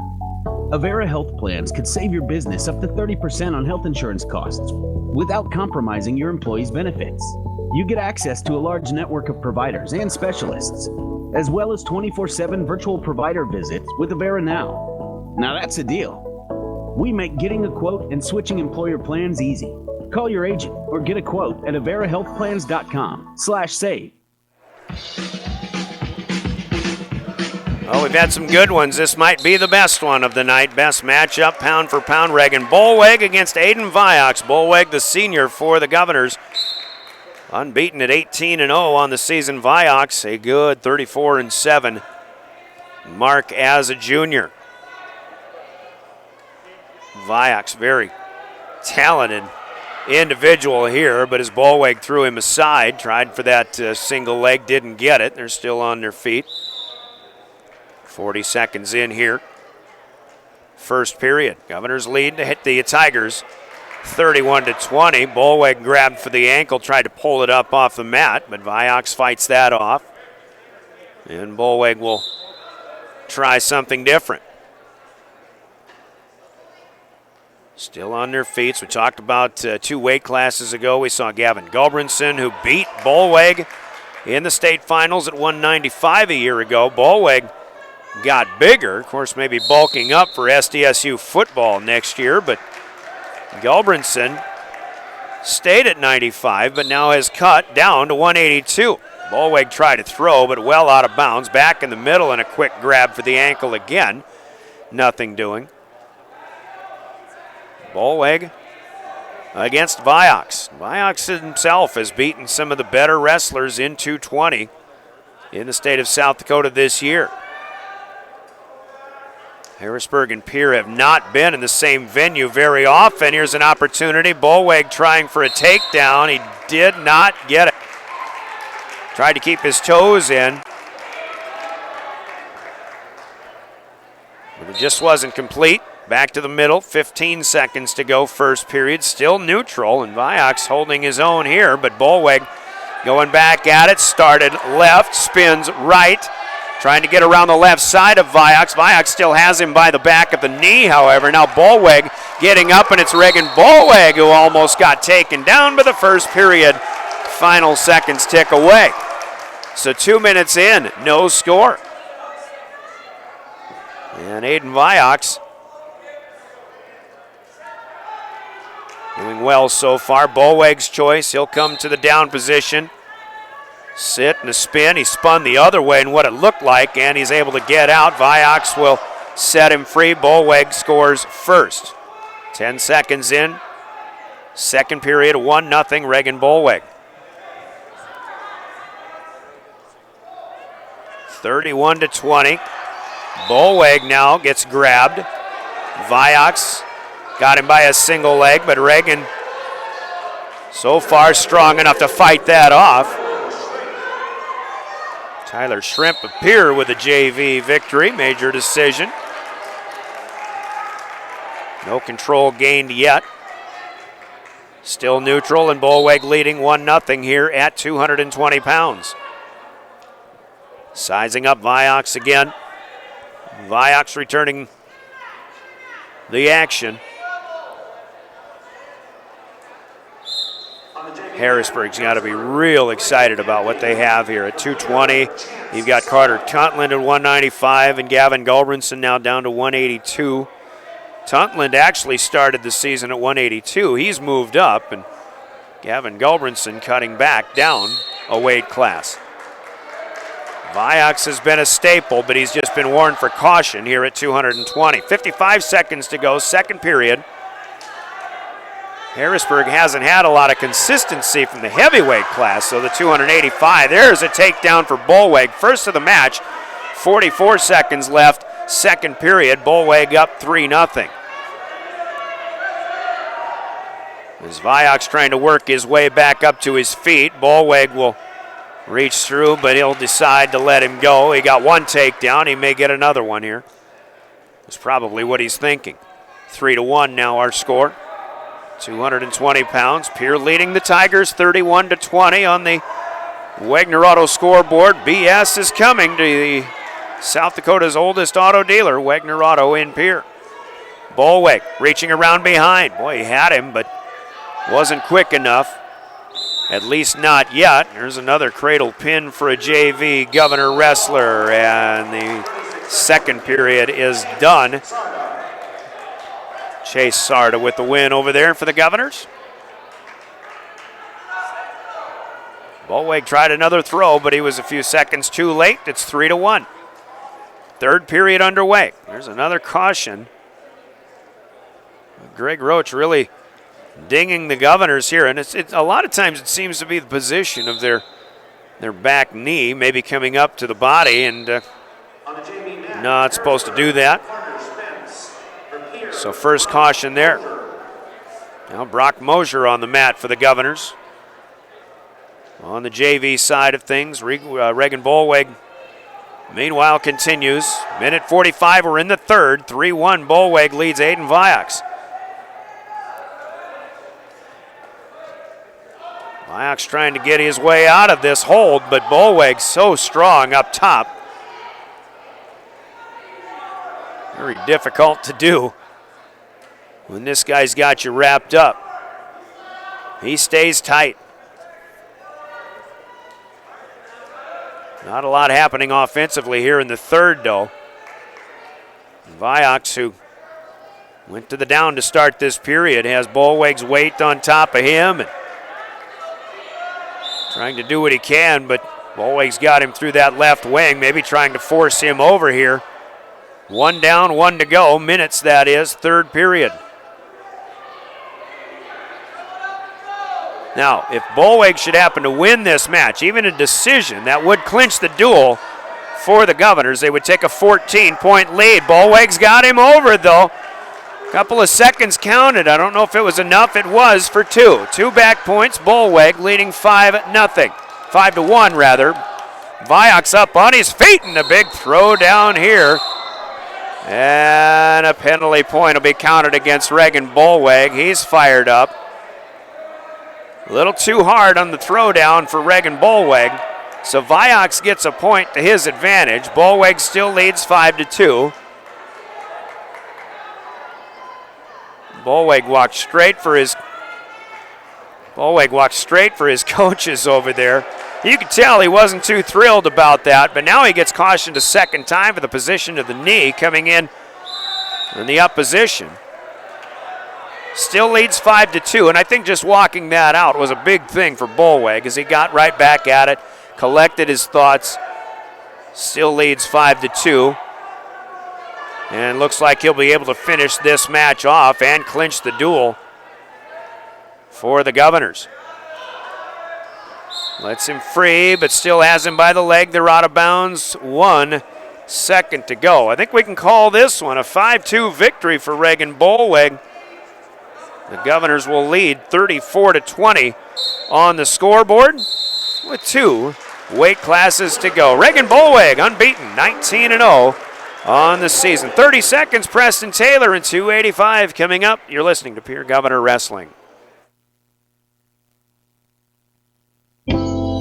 Hey, DQ fans, how do they get the indulgent taste of red velvet cake into the red velvet cake blizzard of the month? with love, of course, and maybe a little help from rich red velvet cake pieces and silky cream cheese icing.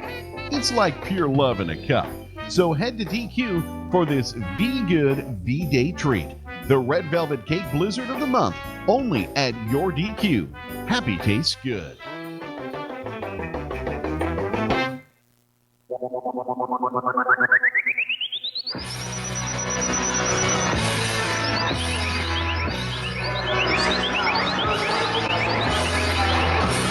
Back in Mitchell. Tyler Worth, the freshman for Harrisburg. Lincoln Schonard, the 7th grader. We've bypassed 285 pounds where Harrisburg did not send a wrestler to report. We mentioned earlier some inconsistencies that Harrisburg has had at that weight class this season. Now Lincoln Schonard going right at the freshman Tyler Worth, a 2-point takedown as he gets a good start. Now he's got his man on his back with that half Nelson, and well, the wing behind the neck as well. 3 back points, good enough for Schonard. Good 5-point start for the 7th grader. 40 seconds in. This is our final match of duel number 1, as the Governors will defeat Harrisburg. Pierre has a 40-20 lead after that 6-point advance with the Preston Taylor win by forfeit. So 40-20 with just this 106-pound bout to go. Harrisburg in conference 5-2 coming in. They'll finish 5-3, but Schonard has Worth on his back again. Lincoln Schonard 9-10 on the season. Tyler Worth has gone 10-5 so far, but Schonard in pretty good shape to potentially win this one early. There it is. Minute 25 and a good match for Lincoln Schonard, who wins this one. And the Governors on the final Wegner Auto scoreboard of duel number 1 defeat Harrisburg by the score of 46-20. The Governors are 5-2 in the ESD. Harrisburg finishes 5-3. Their duel season comes to an end at 31-6 rather. Let's make that 30-6. Scoreboard again from Wegner Auto Company of Pierre, the one place to go.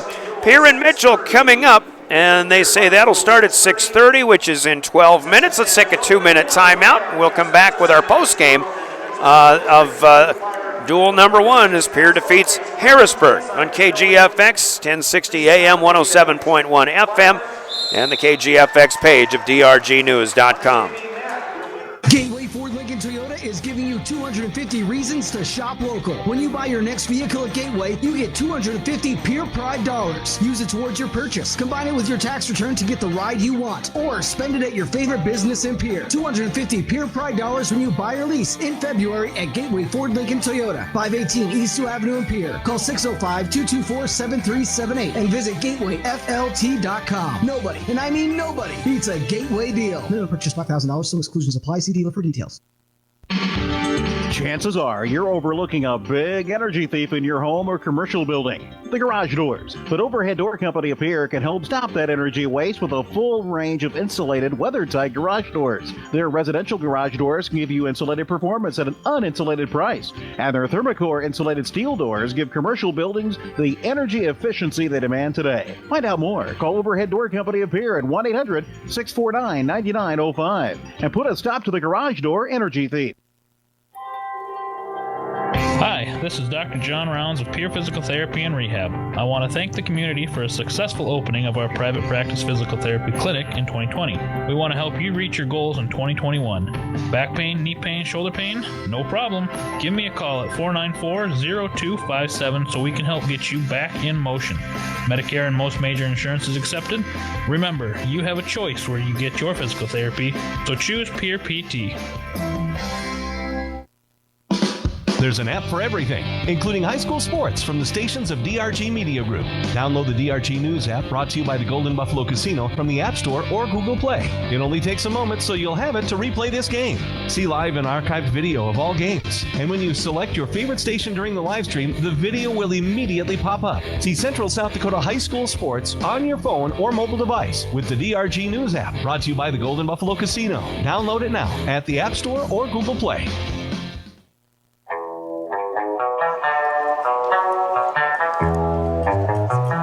Welcome back to Mitchell High School. Harrisburg made the trip to meet up with the Governors halfway to close out their regular season, but they only get 4 of 10 weight classes. The Governors, well, essentially dominate this one, 46-20. The final, as Pierre, who for the most part has not wrestled in 2 weeks outside of a half-wrestled duel in Yankton a week ago tonight. And the Governors come out, look good. They started at 113 pounds, and Noah Williams really got things going in that second period. Got Carter Ratcliffe in a hold, a good Harrisburg opponent to start things off, and Noah Williams with a pin at 2:35, 2 minutes and 35 seconds to put the Governors on top early, 6-0. Brother Nate Williams comes out and gets a second period pin as well with 2 seconds to go. 3 minutes and 58 seconds. He defeats Chris Simonek of the Tigers. That made it 12-0. Blake Judson had 2 difficult periods of wrestling with junior Corbin Okenga, but the third period was dominated by Blake as he goes on for a major decision win, 13-0, and the Governors tacked on 4 more to make it 16-0 in the duel. Then Kaylor Heinman at 132 defeating Peyton Tryon 5-3. A 19-0 win. Harrisburg gets their first victory of the night, a win by fall for freshman Logan O'Connor over Chase Sarda, the sophomore of the Governors. That one in 3 minutes and 32 seconds. Harrisburg got back within 19-6. Govs win the next 3, however, 4-1 for Trey Lewis at 145 over Soren Odland. Then Tyson Johnson moving up to 152, a win by fall over Nathan Horrocks of Harrisburg in 2 minutes and 56 seconds. And then Deegan Huska, a 5-2 decision win over senior Jace Jones. That made it 31-6 for the Governors. Then Harrisburg goes on a three-class winning streak as Ryan Hirschkorn gets a win by fall over Lucas Chamberlain in 1 minute and 49 seconds. It was Gavin Gulbranson at 182, a technical fall win in the third period, 22-7 over Gavin Stotts, and Carter Tuntland a 3-1 win with a late takedown of Jacob Larson to win that one. That put Harrisburg back within 11, 31-20. Still mathematically alive, but they needed 220 pounds to go their way. Reagan Bolweg stays perfect on the season, however, as he gets a 5-2 decision over Aiden Viox. Bolweg 19-0 now, 34-20 the score. Then Harrisburg, who has brought out Dan Willems, Zion Hovdestad, Jack Dettert at times to wrestle at 285 pounds. Duel was out of question, so it was no longer in question, we should say. And Preston Taylor gets a win by forfeit instead, as Chris Andre makes, I think, the wise decision there. 40-20 the score, and we rolled back to 106 pounds. Our final match had Lincoln Schoenhard with a first period pin, minute and 25 seconds over Tyler Worth, the freshman. 46-20 is your final score in this one. The Governors are 14-3 on their dual schedule, 5-2 in the ESD. Again, Harrisburg finishes their regular season 30-6 in duels, 5-2 in conference play. So Pierre has Mitchell to go, but we've got a couple of orders of business to take care of. In fact, one order of business, it'll be the naming of today's player of the game. The outstanding wrestler announcement comes up. It's brought to you by Bauman Lumber in Fort Pierre. We'll hear from them, and we'll come back and tell you who tonight's shining wrestler is, as we're back with more of our Pierre Governor Wrestling postgame.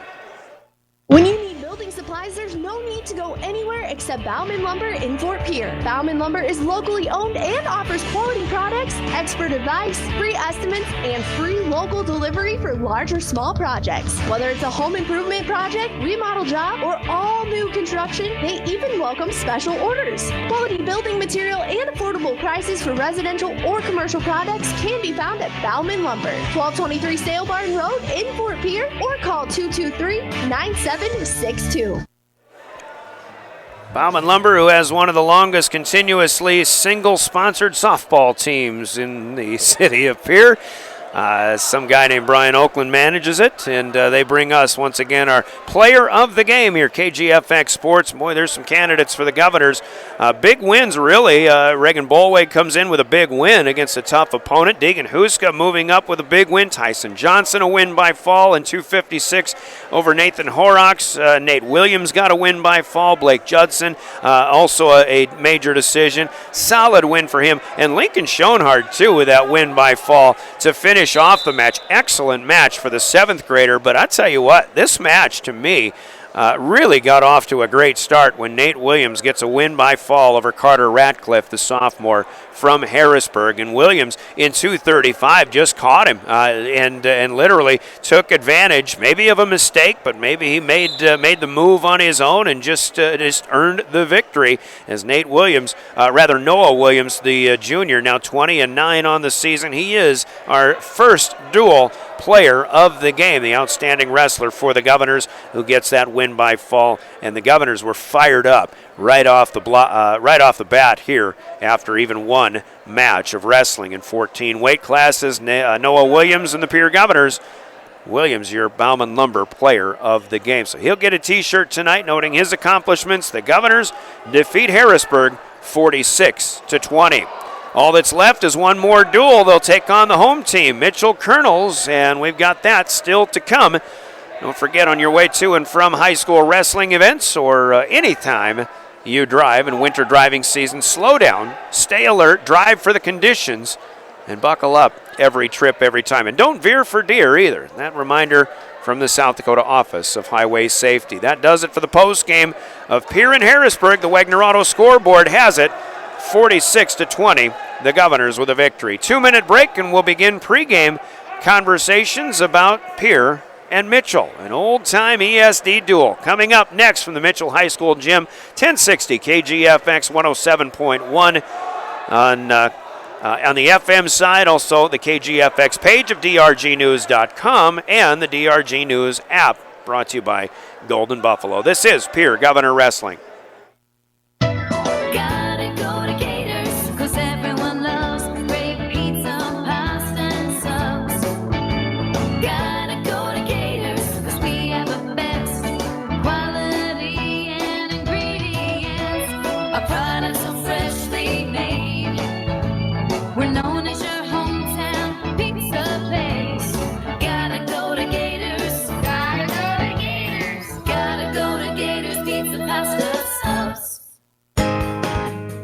Happiness and home. Hi, this is Tara Sunshine of Kathy Sunshine Properties.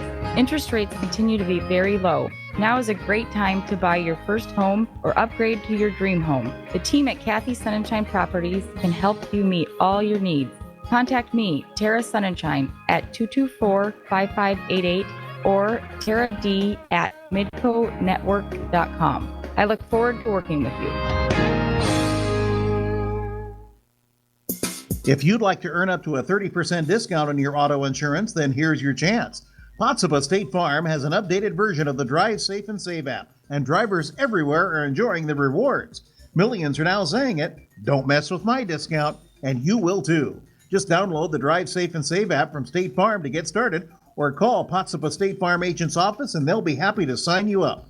Call 224-4173, Potsdam State Farm Insurance, and learn more today. There's an app for everything, including high school sports from the stations of DRG Media Group. Download the DRG News app, brought to you by the Golden Buffalo Casino, from the App Store or Google Play. It takes only a moment, so you'll have it in time for this game.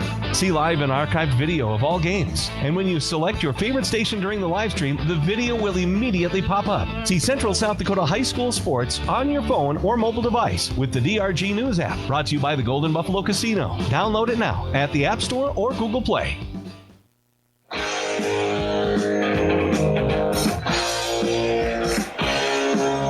Welcome back as we start duel number 2. It's Pierre and Mitchell, 6:30, the bottom of the hour, and right on schedule. Boy, Mitchell has done a good job in keeping things moving right along. 120 pounds is our beginning bout here as the Governors and the Colonels tangle once again. Boy, so many years, so many great duels, especially going back to the 90s between the Govs and the Colonels, and Mitchell's been down for a while, but here they are right back into the ESD mold, and we expect a good one coming up. 120 pounds, by the way, has Nate Williams, the Governor wrestler, 19-10 on the season against Brandon Sparks, the junior for the Colonels. He is 16-6, but Coach Sean Lewis, when we talked about keys to success earlier tonight in that interview regarding the Colonels, he said it almost seems as the Sparks brothers go, Brandon at 120, we'll see Brock at 132. As they go, so go the Colonels. They're kind of the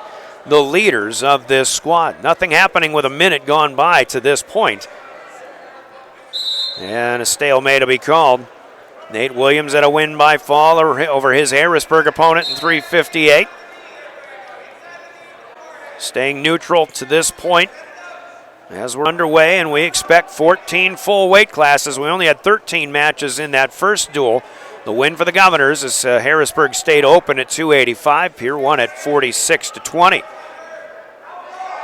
But here, taking on a Mitchell team that dueled Brandon Valley to a 37-28 loss last night, and Mitchell tied Watertown 33-33. However, it was Watertown winning on criteria. Here's a single leg shot for Nate Williams.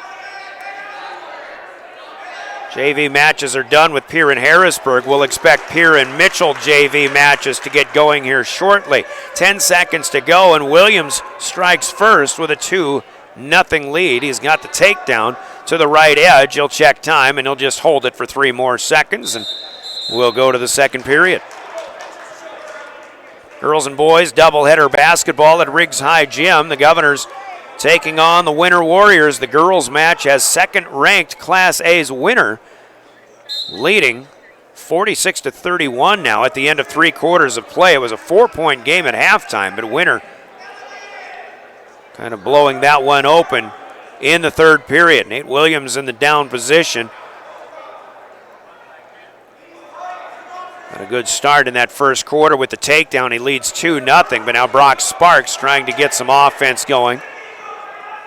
Williams has him by the leg, but now he loses that hold. Now Sparks has him turned over on the edge of the mat. They'll be out of bounds, and 2 back points here will be given to Brandon Sparks.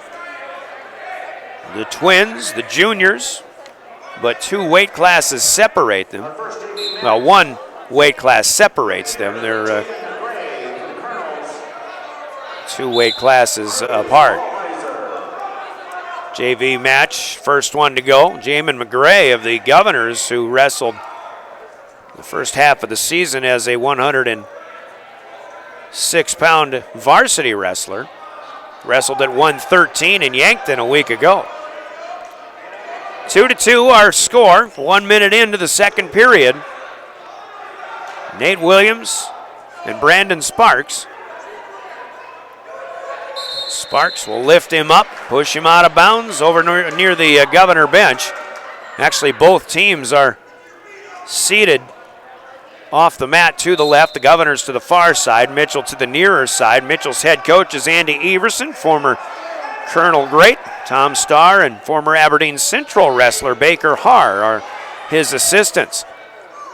Still in the up position is Brandon Sparks, but Williams starting to work down low, trying to get things turned around here. He's got a leg, and it's up to him to get spun around. There's a 2-point reversal. 30 seconds to go, now to 25 in the second period.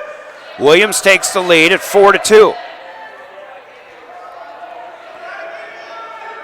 First match in the last duel really got the Governors going with a win by fall for Noah Williams.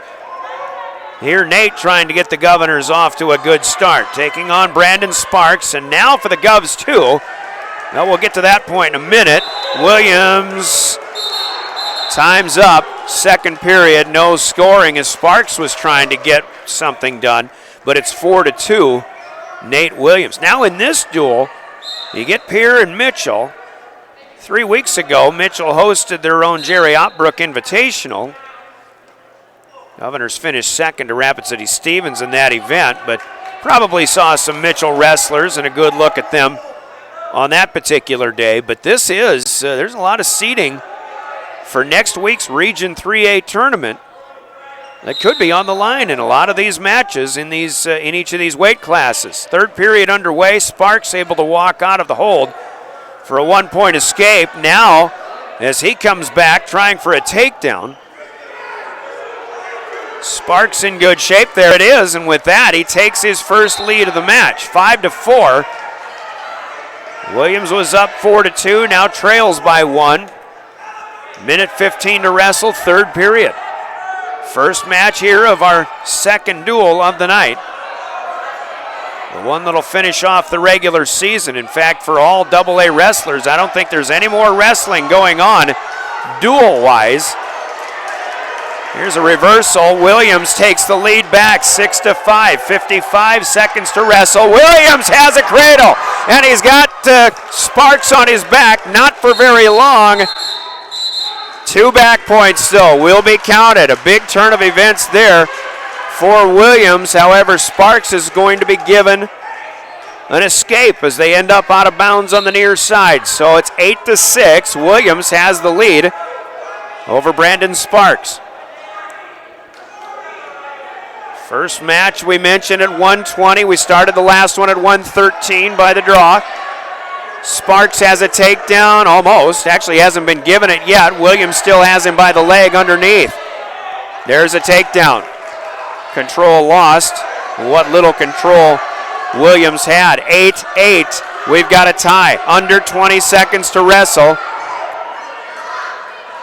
Williams checks the clock from underneath.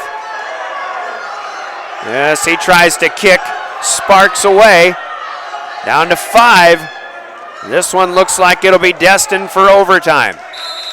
First sudden victory overtime match of the night. Boy, the crowd starting to get loud again. So a minute of overtime here. Whoever scores first wins as Sparks gets the leg shot. He hasn't gotten turned around yet, though. Williams trying to fight it off. Nothing yet. 40 seconds. Mitchell wants the takedown. They haven't gotten it yet until now. And that'll do it as Mitchell strikes first. A 10-8 win for Brandon Sparks in overtime. The decision gives Mitchell the first 3 on the match. 3-0, or on the duel, rather. 126-pounders already reporting. That'll bring Blake Judson. And this ought to be a good one. Jagger Tyler is a sophomore for Miller. He's 24-1 on the season. Blake Judson 23-2.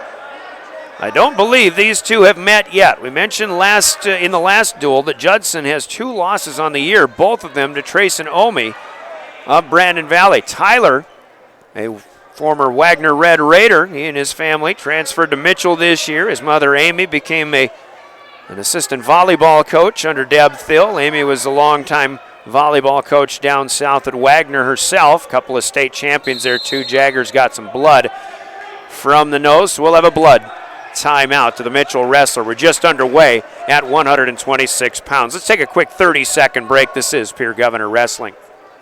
With more and more people being at home, chances are you'll access a social media site to stay in touch with family and friends. Before you do this, please check your privacy settings to ensure you're being the safest you can be. For step-by-step instructions on how to check and change your privacy settings for Facebook, LinkedIn, Instagram, Snapchat, TikTok, and the like, go to consumer.sd.gov. With questions, contact South Dakota Consumer Protection Division, 1-800-300-1986, or email consumerhelp@state.sd.us.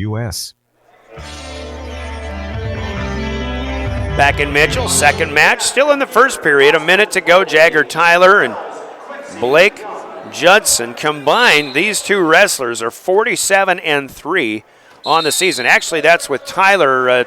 I guess I haven't figured in what he did last night. Mitchell did have 2 duels and a couple of hard-fought losses to Watertown and Brandon Valley. Boy, that would have been a fun triangular to take a look at as well. But here, so maybe Tyler matched up with Trace and Omi last night, and we're not really sure what happened. We can try to pull those event results up if we get an opportunity. But these two still neutral. No scoring yet in this 126-pound match, under 20 seconds to go. This one could be as good as it gets for any duel that we'll see all night long. Judson trying to lean Tyler over onto his back, but nothing's going to happen here in this first period as the first 2 minutes have come to an end. So Judson who has been just a mark of consistency this season for the Governors. No doubt about it. I think pound for pound, I think he'd probably go Reagan Bolweg in number 1. Maybe Preston Taylor, maybe Tyson Johnson, but maybe Blake Judson at number 2 up and down that Governor lineup. He's in the down here to start the second period. Tyler over the top, but Judson trying to get some leverage by just grabbing that underneath leg and really working on trying to get spun around, maybe looking for a reversal if things go well. Tyler still has him around the neck and the underside of the left arm, in the front of the shoulder, but I think Judson feels right now all he's got to do is get his weight pushed over, even though he's not going to look like he's got control. In fact, his arm is up and underneath Jagger Tyler, and a stalemate's going to be called. And I think that actually, even though things had the potential there for Blake Judson, I think he really needed to get out of that as things started to get a little uncomfortable. So still scoreless, 1 minute into our second period. Mitchell leads the duel 3-0. An overtime win for Brandon Sparks over Nate Williams, 10-8. In our first match, that ended a moment ago. Blake Judson still in the down here. As Jagger Tyler has the control. 30 seconds to go. Now Judson up on his knees, up on his feet, and out. 1 point reversal, or escape rather, as Blake Judson scores first. Pierre Governor girls getting back into it against Winter. In the fourth quarter, under 3 minutes to play, back within 8, as they were down by double digits, by 15 in fact at the end of the third period. Now 49-41. Basketball is on River 92.7 on the FM side. For second period done, 1-0. Blake Judson with the lead. He's in the up now. Jagger Tyler in the down. Jagger gets the hands unclenched of Judson, and he breaks out for a 1 point escape. So we start over. 1-1, third period. Jagger Tyler last night got a win over Nathan Briggs of Watertown. As the seconds tick away, 1:35 to go, and he did not wrestle Trayson Omi last night. He beat Sam Davis instead of Brandon Valley. Trayson Omi did not wrestle against the Colonels in any weight class. Tyler's got Judson down. 2 point takedown. Blake Judson on his back. And Jagger Tyler takes a 3-1 lead with 1:10 to go. Plenty of time, but Judson spent most of the second period trying to get out of the hold of Jagger Tyler. Eventually got an escape, but nothing else.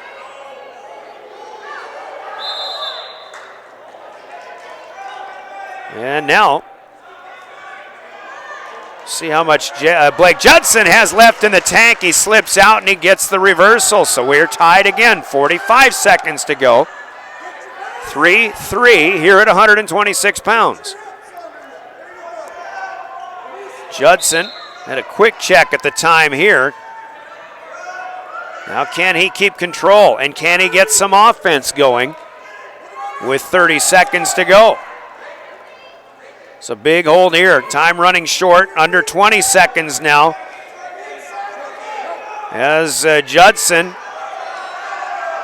boy, at one point he's trying to get him rolled over, but the other point he's got to stay in control, and he's not able to do so. 7 seconds, 2 point reversal. Jagger Tyler is going to overtake Blake Judson and win this 126-pound match. Tyler with a 5-3 victory. Mitchell leads the duel with the first two by decision, 6-0. 30-second break. We move to 132 next. This is Pierre Governor Wrestling. Welcome to Lynn's Dakota Mart. Check out their selection in the meat, produce, deli department, and hardware, as well as the rest of the store. The freshest and best quality in the area. Don't see what you need? Just ask. The friendly staff is more than happy to help in any way possible. For any gathering, large or small, Lynn's Dakota Mart is there for you. Special orders and requests too. Smart grocery shopping takes a little TLC. Lynn's Dakota Mart. Thrifty, local, and convenient. Back at Mitchell High School, Brian Oakland with play-by-play. Heather Williams in studio. Doing a fine job for us as usual. Third match underway, and I think already a big one for the Governors as they've dropped the first two by decisions. 10-8, Brandon Sparks in overtime over Nate Williams, and Jagger Tyler, the sophomore, improving to 27-1 with a 5-3 win over Blake Judson. Judson's third loss on the year, but his first one to somebody not from Brandon Valley. And again, seating-wise, for the Region 3A, obviously that probably, well, I would say definitely puts Jagger Tyler in the 1 seed, and Blake Judson will show up as a number 2. Region 3A is in Chamberlain next Saturday. We'll be there starting at 10 o'clock with reports throughout the day. So here we go once again. We're at 132. This is Kaylor Heinman, the senior, 23-7 against Brock Sparks. Sparks is 26-3, and again a junior. Another one of those keys to the Mitchell success, according to Coach Sean Lewis of the Governors. As the Sparks boys go, so go the Colonels, and I think you can add Jagger Tyler in that mix as well. It's a good way to start for the Colonels if they've got 120, 126, and 132 going. Stalemate here between Heinman and Sparks with 24 seconds to go first period. Quick reminder on your way to and from high school sporting events. South Dakota Office of Highway Safety reminds us all to buckle up every trip, every time from the South Dakota Office of Highway Safety. And we didn't get a good opportunity to go through starting lineups. Didn't need to. You know, the Governors will go through the Colonels as we go along as well. But we'll acknowledge Greg Roach of Brookings once again as our MAD official. And I believe the JV official is Colin Boone, if I caught the name earlier.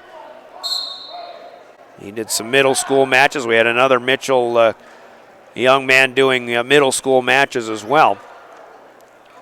So we appreciate high school officials who do a thankless job. We thank them when they may not get thanked enough for officiating high school sports. The Law on the Mat is brought to you in KGFX broadcast by the South Dakota Attorney General's Office and their Division of Consumer Protection. Kaylor Heinman is out. A 1-point escape here, 30 seconds into the second period. He takes the first lead at 1-0.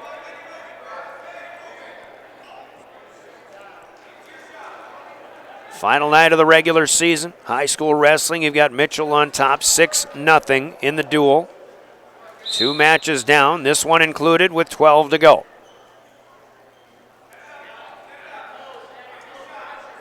As Heinman and Sparks stay neutral. They stayed neutral the entire first period. Kaylor Heinman holding his own, but Sparks comes with a double leg opportunity here, and spinning. Heinman down on top as, boy, it was Sparks' move, but Heinman fights it off, but now Sparks stays with it and gets that takedown. Good job by a good wrestler in Brock Sparks to stick with it. Checking clock at 35 seconds, 2-1. He takes his first lead. That's the first takedown of this match for either wrestler.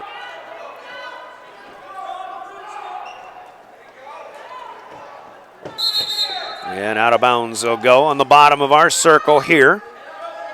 Andy Everson gets out on the mat to clear away a nose plug that may have popped out earlier. 12 seconds to go, second period. Heinman will take a shot here as he did get an escape. Whether Sparks gave it to him or not, I actually missed that, but 2-2 is the tie score as the second period will come to an end. We'll go to the third. Sparks immediately goes to the knees. So he has the advantage here. Everybody likes that down position, thinking they can get out. We'll see what Sparks can do. First move is forward. Bridging up on all fours here. Hindman has to come off the mat a little bit, feet off the mat. Well, one down. So far, Kaylor Hindman keeping Brock Sparks down. There's another Pierre win on the JV mat. A win by fall. Josh Rydberg with a nice win there. Governor JV's been doing well against Harrisburg and now against Mitchell also. Hindman trying to curl him up for a cradle. That didn't work. Sparks. Hindman, very even match so far, 2-2. Hindman has 2 escapes. Sparks did get 1 takedown. Hindman still keeping him on the mat with a minute down and a minute to go. Third period. Starting to see the even matches that these two wrestlers or these two wrestling teams have. Now Sparks is out with a 1-point escape. He leads 3-2.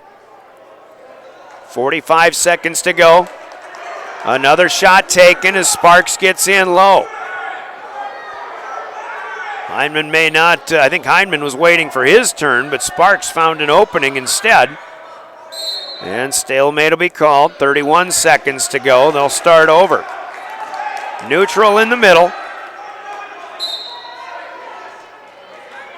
Governors didn't change singlets for between the duels. Sometimes you see them doing that, but not tonight. Staying in the green with the black chain link design on the back. Governor script down the back vertically. Sparks with another double leg as he's got Hindman up and now back down on the mat, but a takedown has not been given. He's really not going to need it though. There it is, and that'll make it 5-2, and Mitchell will win their 3rd straight match to open this duel. 9-0 Colonels. The 5-2 win for Brock Sparks over senior Kaylor Hindman. 1:38 coming up. You're listening to Pierre Governor Wrestling, and we're back in 30 seconds. From the early days of South Dakota statehood through today's digital revolution, BankWest has remained committed to helping customers and communities succeed. BankWest Associates uphold this commitment by developing innovative products, tailoring financial solutions to customer needs, and actively supporting community causes. For a bank committed to helping you and your community prosper, choose BankWest. BankWest, convenient, connected, committed. Member FDIC. Back in Mitchell, Colonel's off to a good start. 3 hard-fought decisions to start, but Chase Sarda wrestling now for Pierre at 138 pounds as he has Riley McGinnis up and down on the mat. Sarda, the sophomore, 9-4 on the season, and again, he is spelling Hayden Schaefer at 138 as Schaefer continues to recover from lingering ailments. But we expect to have Schaefer back in that Region 3A. Hayden, one of the higher-ranked wrestlers in the state, and that in this weight class. McGinnis at a junior, 8-18 before last night's matches. Kylan Horsley with a victory on the JV mat for the Governors. 2-0 Chase Sarda with the lead early. 45 seconds to go, first period. Trying to get McGinnis curled up here.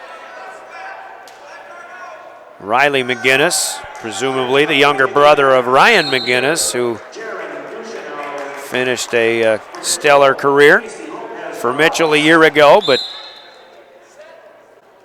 fine wrestler, but also plagued by injuries at times, if memory serves. McGinnis up, but Sarda has him by the back ankle and pushes him back. And Sarda doing a good job to spin back around and gain control again. Still leading 2-0, 20 seconds to go. We're still in the first period. Really one of our first looks to see Chase Sarda in this wrestling season. Moving up to varsity, he's had a few opportunities and a few tournaments, but again, of late, picking up some dual victories here as well. did not get the win with Logan O'Connor besting him in that Harrisburg duel. First period done, Green's choice. And it is Sarda who deferred, and something you don't see very often, but the wrestler choosing to take the top, and that didn't work out. As Sarda breaks out for the 1-point escape, he'll lead 3-0. If you're watching this on the KGFX page of drgnews.com, you can see our live stream, and they've got the floor timer and the scoring. You see Pierre is the visiting team, so they are red despite the green singlets. There's a takedown for Sarda, upping his lead to 5-0 now. And a nice cradle worked in here. Nice move for Sarda. McGinnis on his back. Enough seconds have been counted. Sarda lets McGinnis roll back over face down. 3 back points awarded.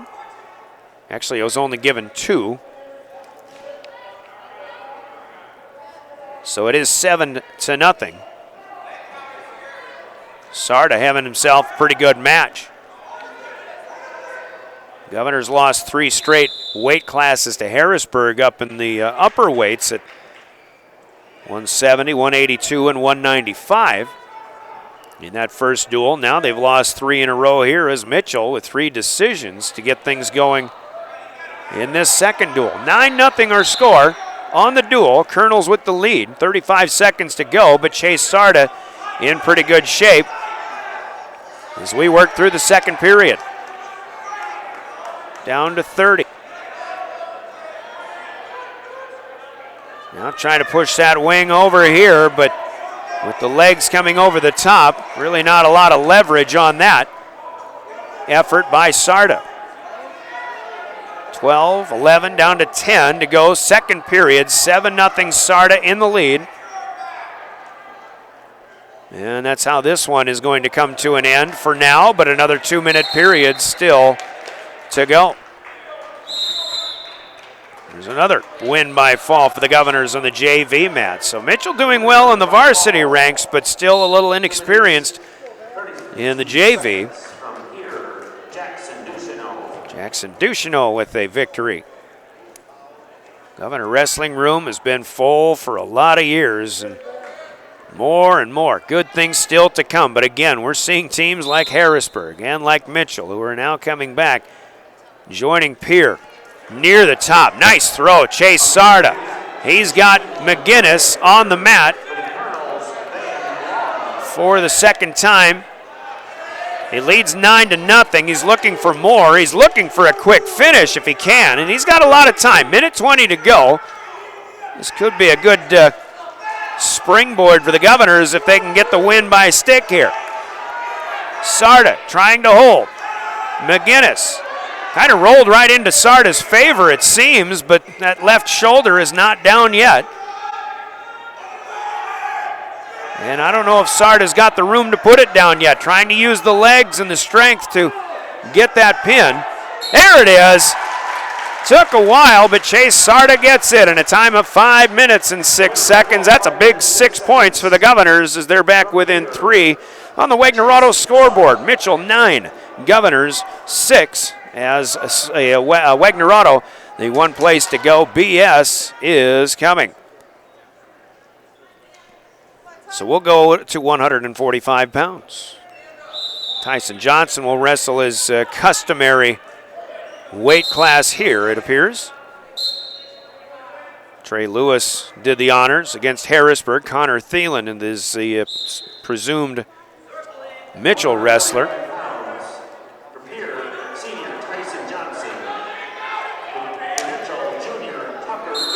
Tucker Vilhauer. Oh, Tucker down to 152. So, boy, this would be a good one. Tucker Vilhauer, 20-8 on the season. As Mitchell maneuvering their lineup. Johnson stepped up to 152, got a pin against Harrisburg earlier tonight. He's 25-2 on the year. Vilhauer before last night was 20-8. Did defeat Caden Langenhorst of Brandon Valley last night. Johnson trying to get a takedown, but out of room to the right side. They're out of bounds. Check Vilhauer's results in that Watertown match. He also defeated Ian Johnson, so 22-8 for the junior on the season. Usually listed at 152. Johnson. Well, Greg Roach was ready to give a takedown, but he did not, and now Johnson got spun around, and it is Vilhauer who gets the takedown here. Tyson Johnson, second ranked at 145. Vilhauer's been wrestling, I think, most of the season at 152. Could be wrong about that. We're a minute in. Tyson Johnson down 2-0. But squirming his way out. Now he's got a reversal. Now he's got Vilhauer on his back. And Tyson Johnson has a reverse headlock here. Vilhauer, left shoulder still off the mat. Now the left shoulder is down, but the right shoulder is up. Johnson's got plenty of room to work here. 30 seconds to go. Still in the first period. Tyson Johnson trying to move that center of gravity to get Vilhauer back down. Vilhauer struck first. Tyson Johnson exploded back, and there's a win by fall. Tyson Johnson, 144, and the Governors with back-to-back pins take the lead 12-9 on the dual scoreboard. Wrestlers continue to come quickly here, so we'll go to 152, Deegan Huska. And we'll see if I had Vilhauer at 152, so we'll see who they bring up. We'll wait for the announcement. Governors again now lead 12-9, back-to-back pins. Chase Sarda and Tyson Johnson. Johnson got up, he was fired up. Now Connor Thielen, who I had at 145, but he and Vilhauer flip-flop. Thielen just 6-10 on the season before last night's wrestling. Deegan Huska comes at him. We'll get the takedown here. About 40 seconds in. 2-0, Deegan Huska on top.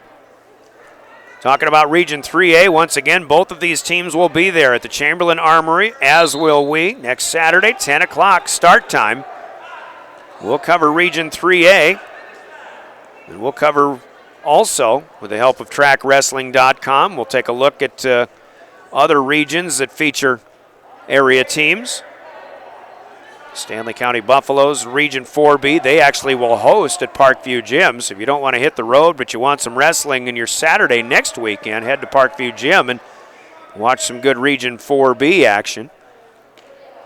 Phillip area, Phillip, Walkadoka, the Badlands Brawlers will be there. They'll be the favorite to win that region, although Custer has been very good in the last few years. So we did see Custer lost their best wrestler to Rapid City Stevens. Thank you, open enrollment. Sarcastically said. 15 seconds to go, first period. Deegan Huska working with Connor Thielen. Trying to provide a little discomfort for him in the back of the head. First period will end with Huska on top. So again, 3 rousing decisions for Mitchell to start this duel off. Brandon Sparks, Jagger Tyler, Brock Sparks. It was Tyler over Blake Judson, 5-3. Mitchell won those first 3 and had a 9-0 lead, but then Chase Sarda pins Riley McGinnis. And Tyson Johnson sticks Tucker Vilhauer in the first period. 144 to make it 12-9. That's where we stand, and we're at match number 5. Out of 14 tonight. 152 pounds. Deegan Huska leading 4-0 now. I actually missed it, but I guess he got. I was looking on the sheet with that recap. And Huska, I'm going to say, presumably with a reversal, if he had the choice to begin this second period. Deegan Huska, as we mentioned earlier, has been really wrestling quite well. 19-12 on the season now.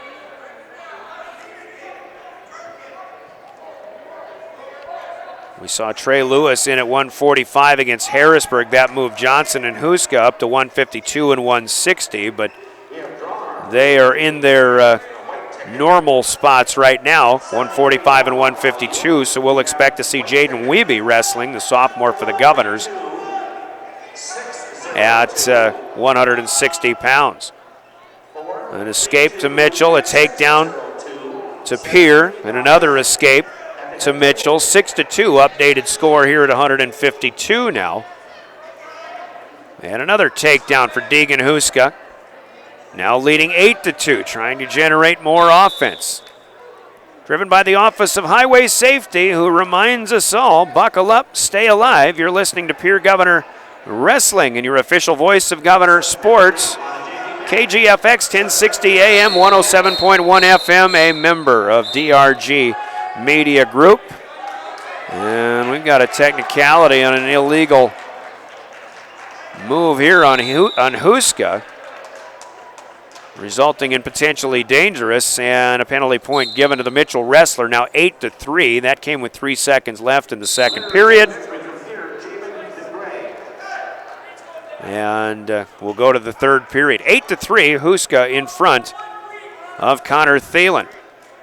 Once again, KGFX, a member of DRG Media Group. You could also be watching this on the KGFX page of drgnews.com or on the all-new DRG News app, brought to you by Golden Buffalo, downloadable for your iPhone or your Android from Google Play, from the App Store.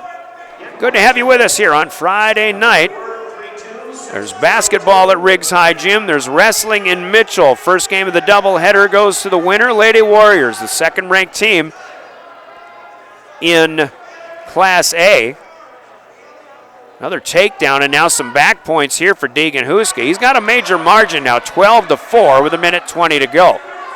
So winner defeats the Governor girls 51-44. The second half of that doubleheader with David Burrow going on and coming up on River 92.7. By the way, winner is second ranked to St. Thomas More in Class A. Tommy Moore is here in Mitchell as they play in the Dakota Wesleyan Culver's Classic against number 5 Sioux Falls Christian. They were leading that one 61-40. So St. Thomas More looking very strong in that one. Tommy Moore been the class of Class A for a long time, although winner still is the reigning Class A champions. They didn't have a state tournament a year ago. Winner last won it 2 years ago. And again, they get a good win over the Governors tonight. Governors played well, but the third quarter put them into a big hole. That in girls basketball. Here on the boys' side of things in high school wrestling, it's 12-9. Governors lead the Colonels in the duel. Out of bounds and back to the middle come Connor Thielen of Mitchell and Deegan Huska of the Governors, who's leading 12-4. 20 seconds to go. Governors in good shape, looking for a major decision here. And after Mitchell won 3 decisions to start this duel, the Governors are going to win their third straight and tack on 4 to the duel score. We'll call it 12-4. Governors with a major decision here. It's 16-9 in the duel, and let's take a 30-second timeout. We'll go to 160 next. This is Pierre Governor Wrestling. This Governor Sports Moment is brought to you by your independent insurance team at Fisher Rounds and Associates of Pierre. 2008 was the breakthrough year on the golf course for Taylor Smalley. As a junior, she made Lady Gov golf history by becoming the first ESD Conference individual champion. 1 week later, she wrote her name into the Riggs High record books by becoming the first ever Lady Gov individual state champion. Pierre Lady Governor golfer Taylor Smalley, truly one of Pierre's finest. This Governor Sports Moment has been brought to you by Fisher Rounds and Associates of Pierre. Back in Mitchell, and a quick start for the Mitchell wrestler here. This, I believe, is Tyson Digg, and he is a senior at 19-4 on the year. And again, we'll say that pending last night's action. He actually suffered an 11-7 loss to Mac Young of Watertown. Jaden Wiebe. Oh, Lucas Chamberlain has dropped to 160 pounds. So again, Lucas Chamberlain. Dagan defeated Noah Bayless of Brandon Valley last night, so he goes 1-1. That'll update his mark to 20-5 on the season. Very good record quality from this senior. He has a 2-1 lead. He took Chamberlain down but let him up. We're a minute in, first period. Again, Governors lead the duel 16-9, so Mitchell could only get 3 decisions. Pierre's gotten bonus points. And now a nice move by Dagan on the ankle pick. Chamberlain is on his back. Dagan in reverse, trying to keep him on the mat, and it's a pin. 1 minute, 21 seconds as Tyson Dagan gets Mitchell back in flow with the pin, and we're at halftime, 16-15. Governors by 1. CHS Midwest Cooperative sponsor halftime. We're back in 30 seconds to more Governor Wrestling. Now, we don't have to tell you that farming gets more complicated every year, but what we can do is bring you Allegiant seed from CHS Midwest Cooperative. Allegiant brings you leading traits that fits your farm plan perfectly. These are proven farm solutions made simple. And because Allegiant comes from a trusted team that knows your land, choosing Allegiant seed might just be the simplest decision you make all season. For more information on Allegiant seed, contact your local CHS Midwest Cooperative today. May Adam Law Firm of Pierre offers superior legal representation. Clients can be assured their legal matter will be handled with expertise and the utmost professionalism. May Adam Law Firm's skilled South Dakota lawyers can take care of your family law, estate planning, real estate law, or personal injury. May Adam Law Firm is able to help you plan and prepare to make matters easy now and into the future too. Call 224-8803. May Adam Law Firm of Pierre, since 1881.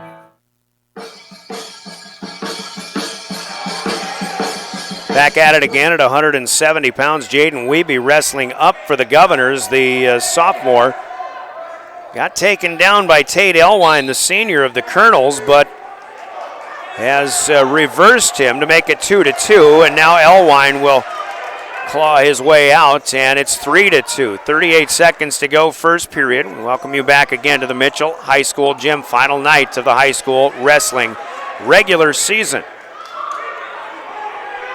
Another takedown here, this time for Tate Elwine. Elwine was 18-11 coming into last night's matches here at home.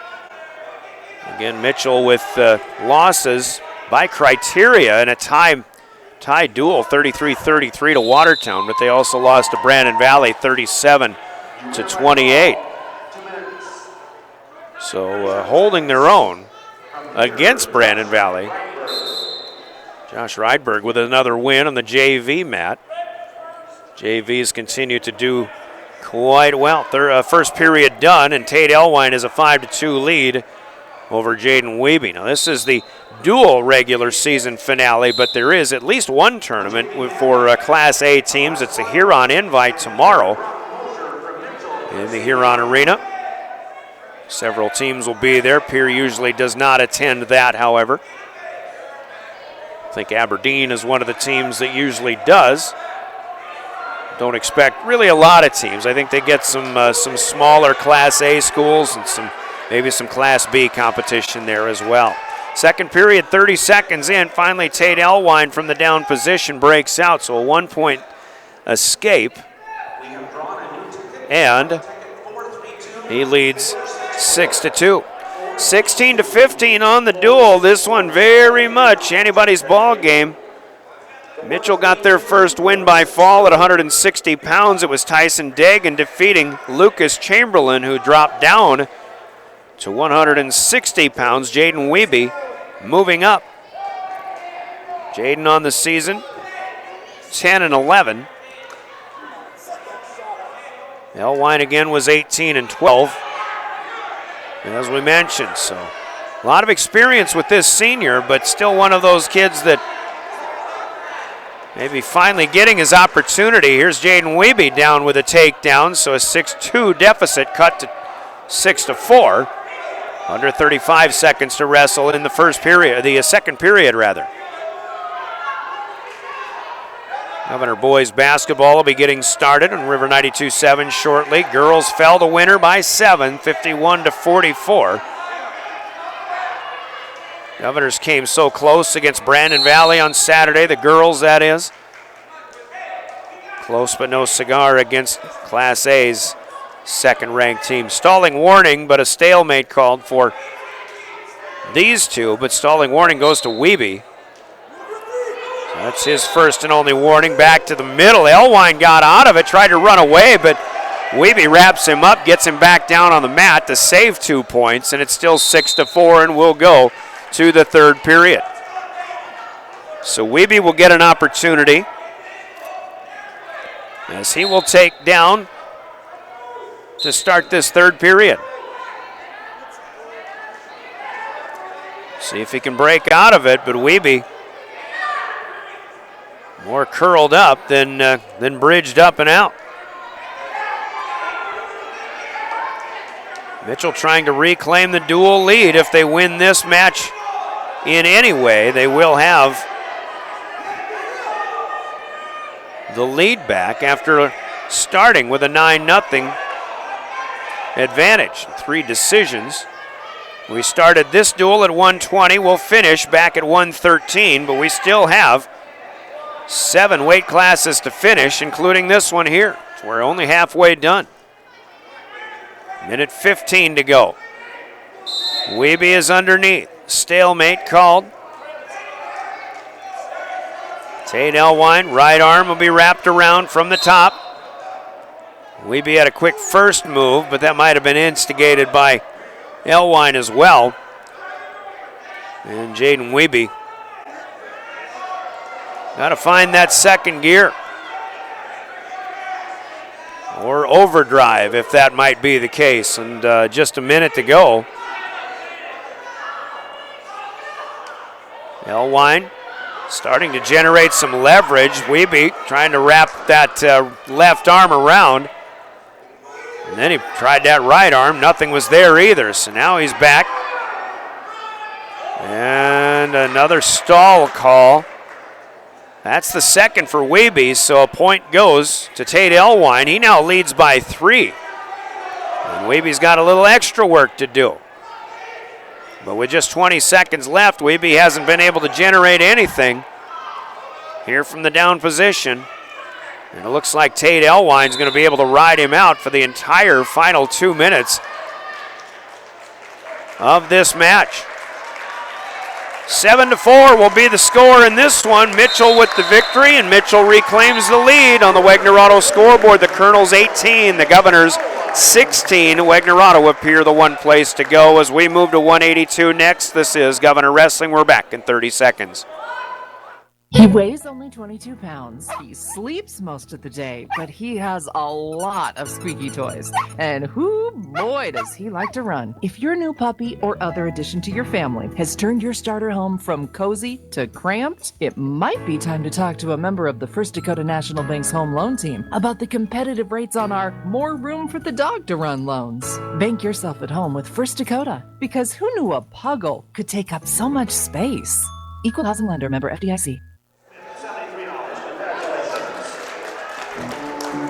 To 182 we go, and another tough bout coming for Gavin Stotts. Here as he battles Joe Van Overshield, the junior for the Mitchell Colonels. Van Overshield won a couple of matches last night. He defeated Dominic Tucker of Brandon Valley, which is saying something. He's now 26-4 on the year. Stotts, after a first dual loss, fell to 22-8. Van Overshield scored first with a takedown here.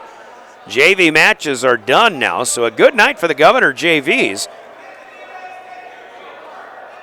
Getting a lot of victories over Harrisburg and Mitchell opponents.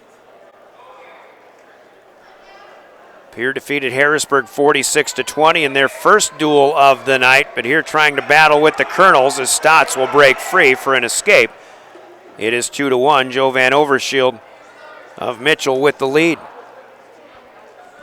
To the near edge of the mat circle. And Overshield, nice takedown here. Grabbed one leg and Stotts just collapsed, and Van Overshield pounces on top for another 2-point takedown to make it 4-1. Down to 15 seconds to go, first period.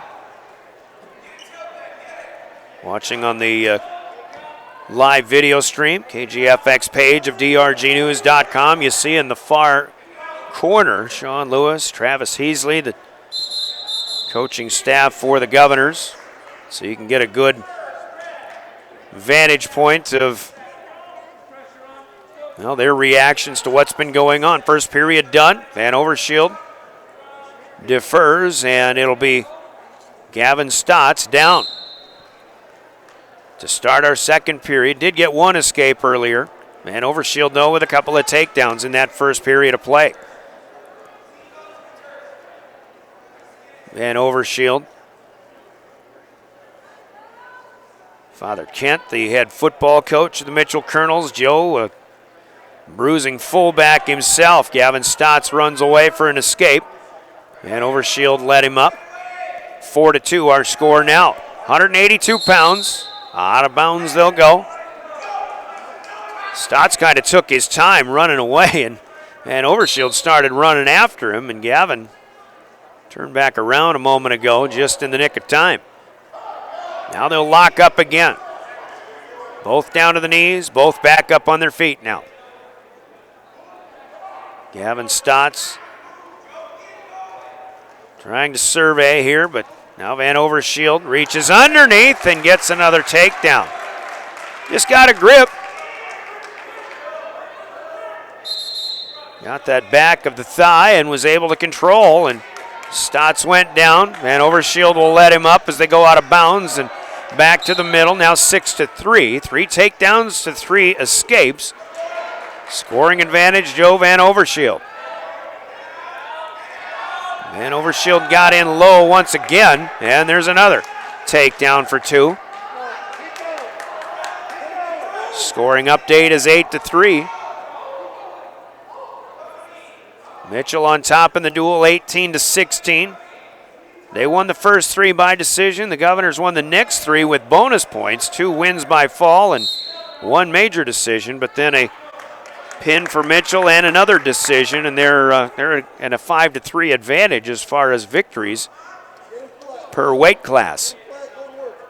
Pierre only surrendered 4 weight classes to Harrisburg. They've surrendered 5 in the first 8 already to Mitchell. Stotts back to the middle, sat up, spun, trying to get out, and he'll get free here. So yet another one, 8-4, 15 seconds to go, second period.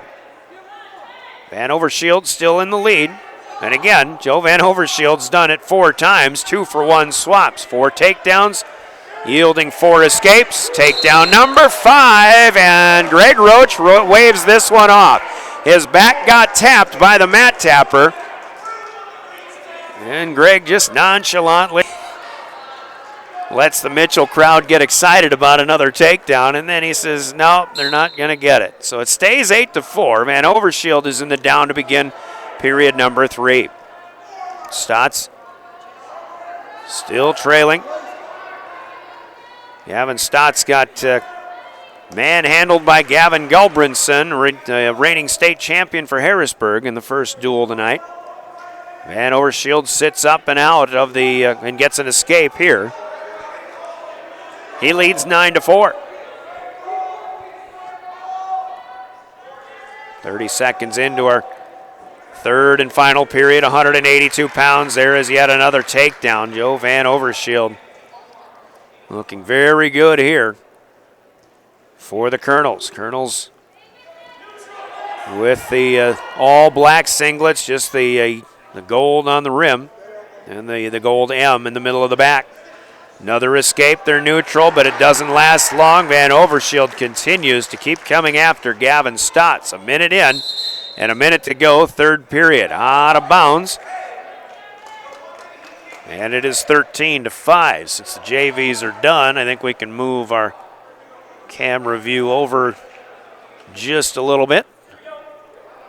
Maybe zoom in, although this will take our...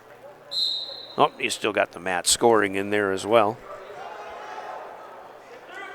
13-5, Van Overshield looking good once again. Gavin Stotts been strong enough to contend with a lot of wrestlers in the state, but he's picked a couple of tough matches tonight. Not that it's been his fault. They just happened to be that way. Van Overshield had been wrestling up to 195, but still 182 is his natural weight. We'll see Blake Fredericks for the Colonels coming up in a bit against Jacob Larson. That should be a pretty good one. Van Overshield now finally getting Stotts rolled over. 15 seconds to go. Already a major decision margin. It's just Stotts' job to stay off of a pin right now. Back points will be awarded when this match comes to an end. Actually, 3 of them awarded there, and that is how it comes to an end. 16-5, the win for Joe Van Overshield. Mitchell tacks on 4. They lead 22-16. And we're back in 30 seconds for 195. You're listening to Pierre Governor Wrestling. Smart grocery shopping takes a little bit of TLC. Lynn's Dakota Mart in Pierre is thrifty, local, and convenient. Shop Lynn's Dakota Mart for the freshest produce, highest quality meats, and delicious bakery items. Shopping Lynn's Dakota Mart is easier because of the spacious aisles. Everything is easy to find. Lynn's Dakota Mart has recently updated their store and takes pride in providing you a clean shopping environment. Lynn's Dakota Mart Good Neighbor Pharmacy offers free delivery and mail out too. Thrifty, local, convenient. Lynn's Dakota Mart in Pierre, your hometown neighborhood market. Underway at 195, Jacob Larson for the Governors, the senior taking on senior Blake Fredericks of the Mitchell Colonels. Colonels have won 3 in a row for the second time in this duel. They won the first 3. Pierre got the middle 3 so far, and Mitchell with the last 3. At some point, Governors are going to start needing some victories here if they want to finish their dual regular season with a dual victory. Blake Fredericks, 17-9 coming into last night's action. Jacob Larson is 19-8 after a 3-1 loss to in his Harrisburg duel to Carter Tuntland. Larson had a leg up. He couldn't get the finish, and Sean Lewis a little upset about the fact he couldn't get his man on the mat. Fredericks able to fight that one off. 35 seconds coming here. Left to go first period. Locking up once again. And again, in most seasons, Pierre and Mitchell probably would see each other 4, maybe 5 times, even before the region tournament. But I think the Mitchell invite about 3 weeks ago, the only time that these two this season have wrestled in the same event, maybe out in Rapid City as well, but they haven't met very often individually on the mat. This, of course, their first duel, and out of bounds they'll go, but the time runs out too.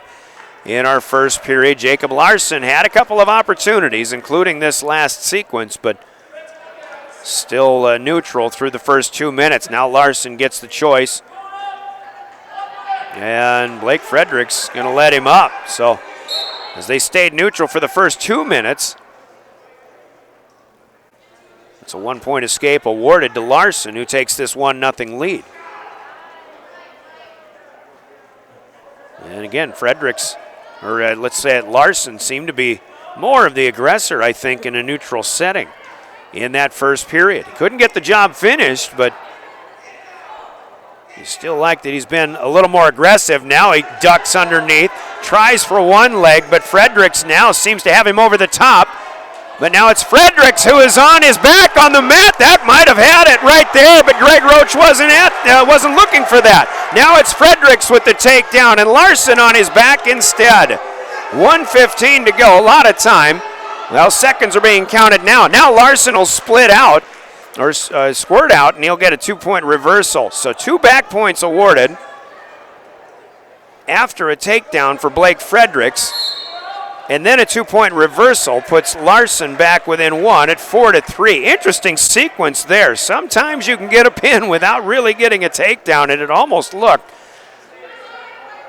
like Jacob Larson had one there. Coach Lewis was, it seemed to me, screaming for that, but certainly wasn't really a long time that Fredericks was down on his back. He'll break free here. 45 seconds to go, still second period. It's Fredericks on top, 5-3. Jacob Larson, as the senior, really learned on the fly last year. He's had a good year this year. Still seems to me to be one of these guys that takes care of business in the matches he's supposed to. Now it looked like he had the takedown, but Frederick muscles him over again. And it's Fredericks with a 7-3 lead. Larson trying to keep the left shoulder off the mat.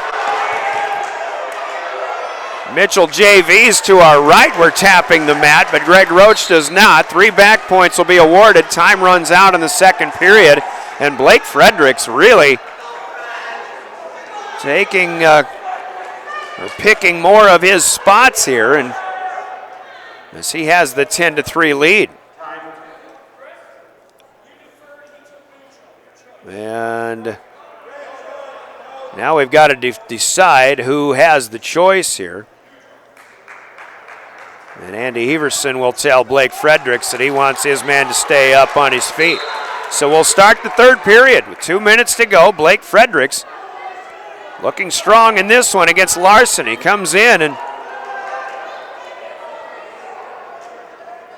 grabs from behind, little bear hug, but now releases. Now it's Jacob Larson trying to get leverage. Fredericks will throw him, but out of bounds. Fredericks' foot was out of bounds when he started that throw, as demonstrated by Mr. Roach.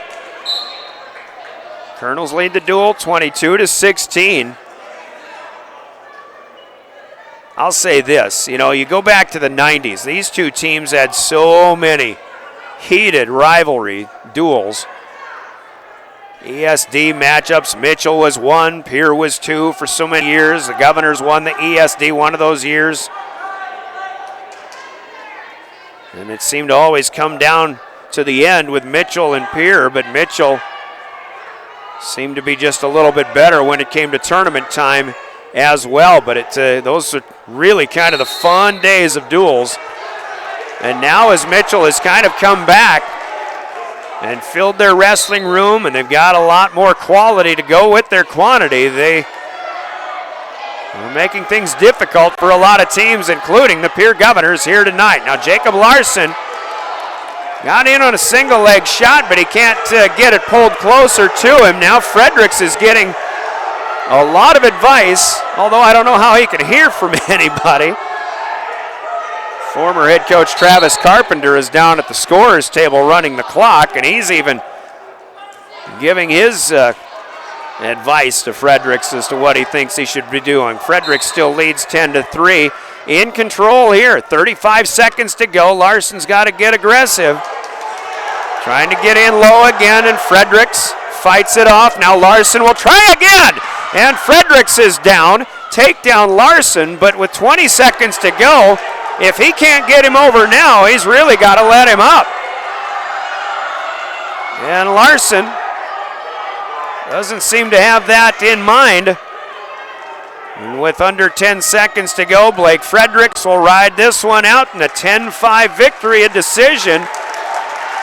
And Mitchell tacks on 3 more. Now 25-16 the score. Colonels lead on the Wagner Auto scoreboard, and a huge match coming up, and a great one too. We're back in 30 seconds. This is Governor Wrestling. Attention all sports fans, get ready to show off your Pierre Gov spirit. Hi, this is Amy Parsons with American Bank and Trust in Pierre. Contact me to get your Governor's Spirit card today. Every time you make a purchase with your custom green and white debit card, American Bank and Trust will donate money back to the Pierre School District. Spirit card funds have helped purchase items such as a climbing rock wall, transit bus passes, and wobble seats. American Bank and Trust, proud supporter of the Pierre Governors and member FDIC.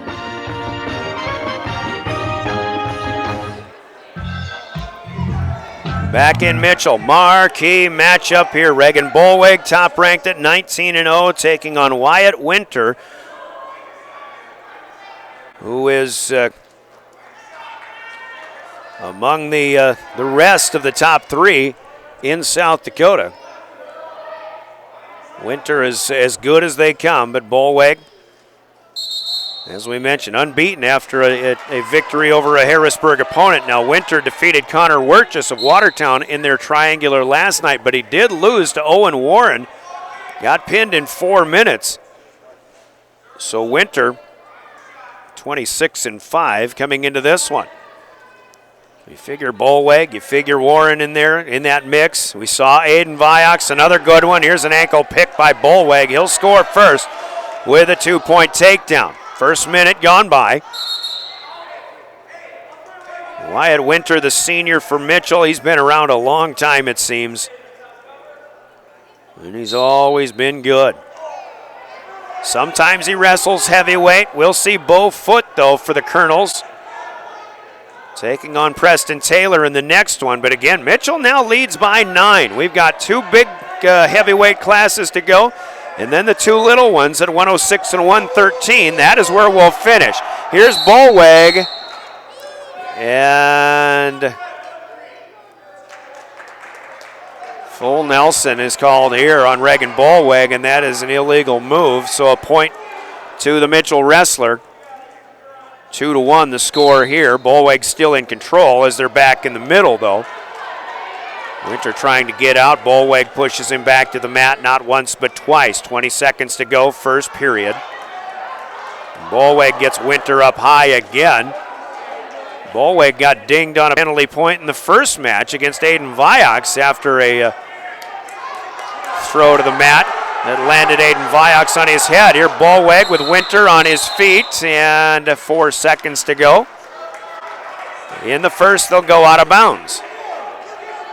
Winter wrestling very active here. And again, Governor wrestlers wrestling their second matches of the night. Mitchell only 1 match.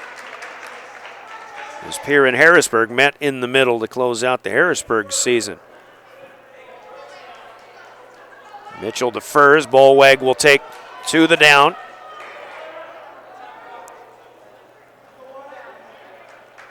And Reagan Bolweg quickly up, and now Winter gets him back down to the mat.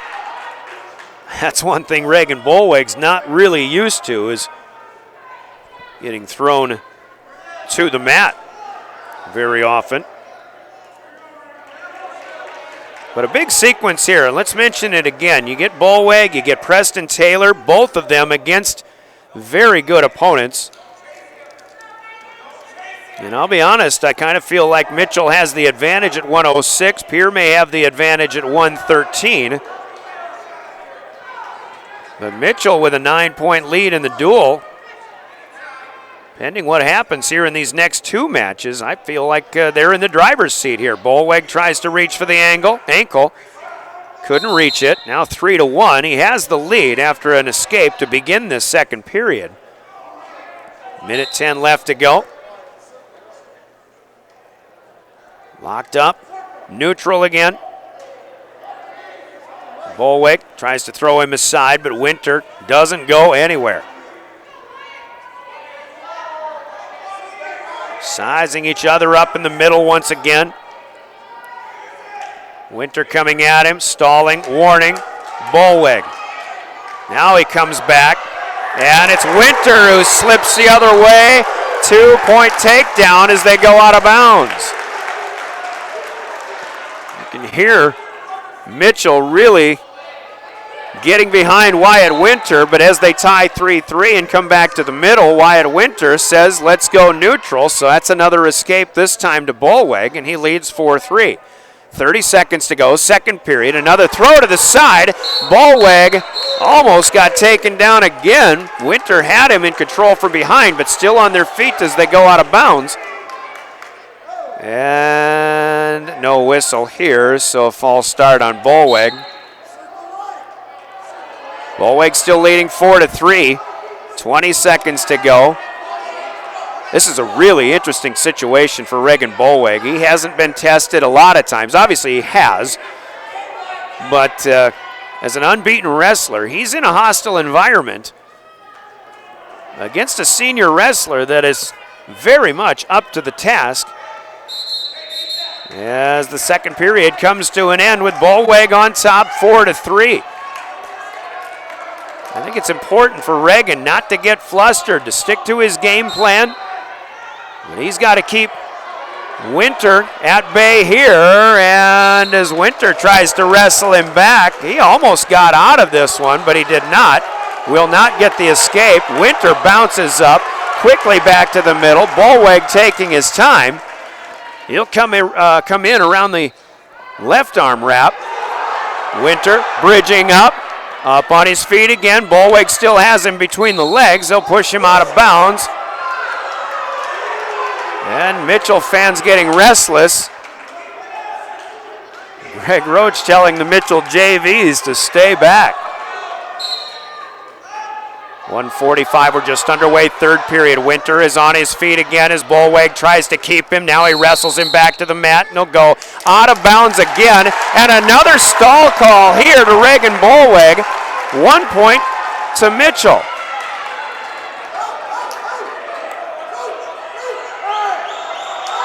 And the clock operators need some clarification.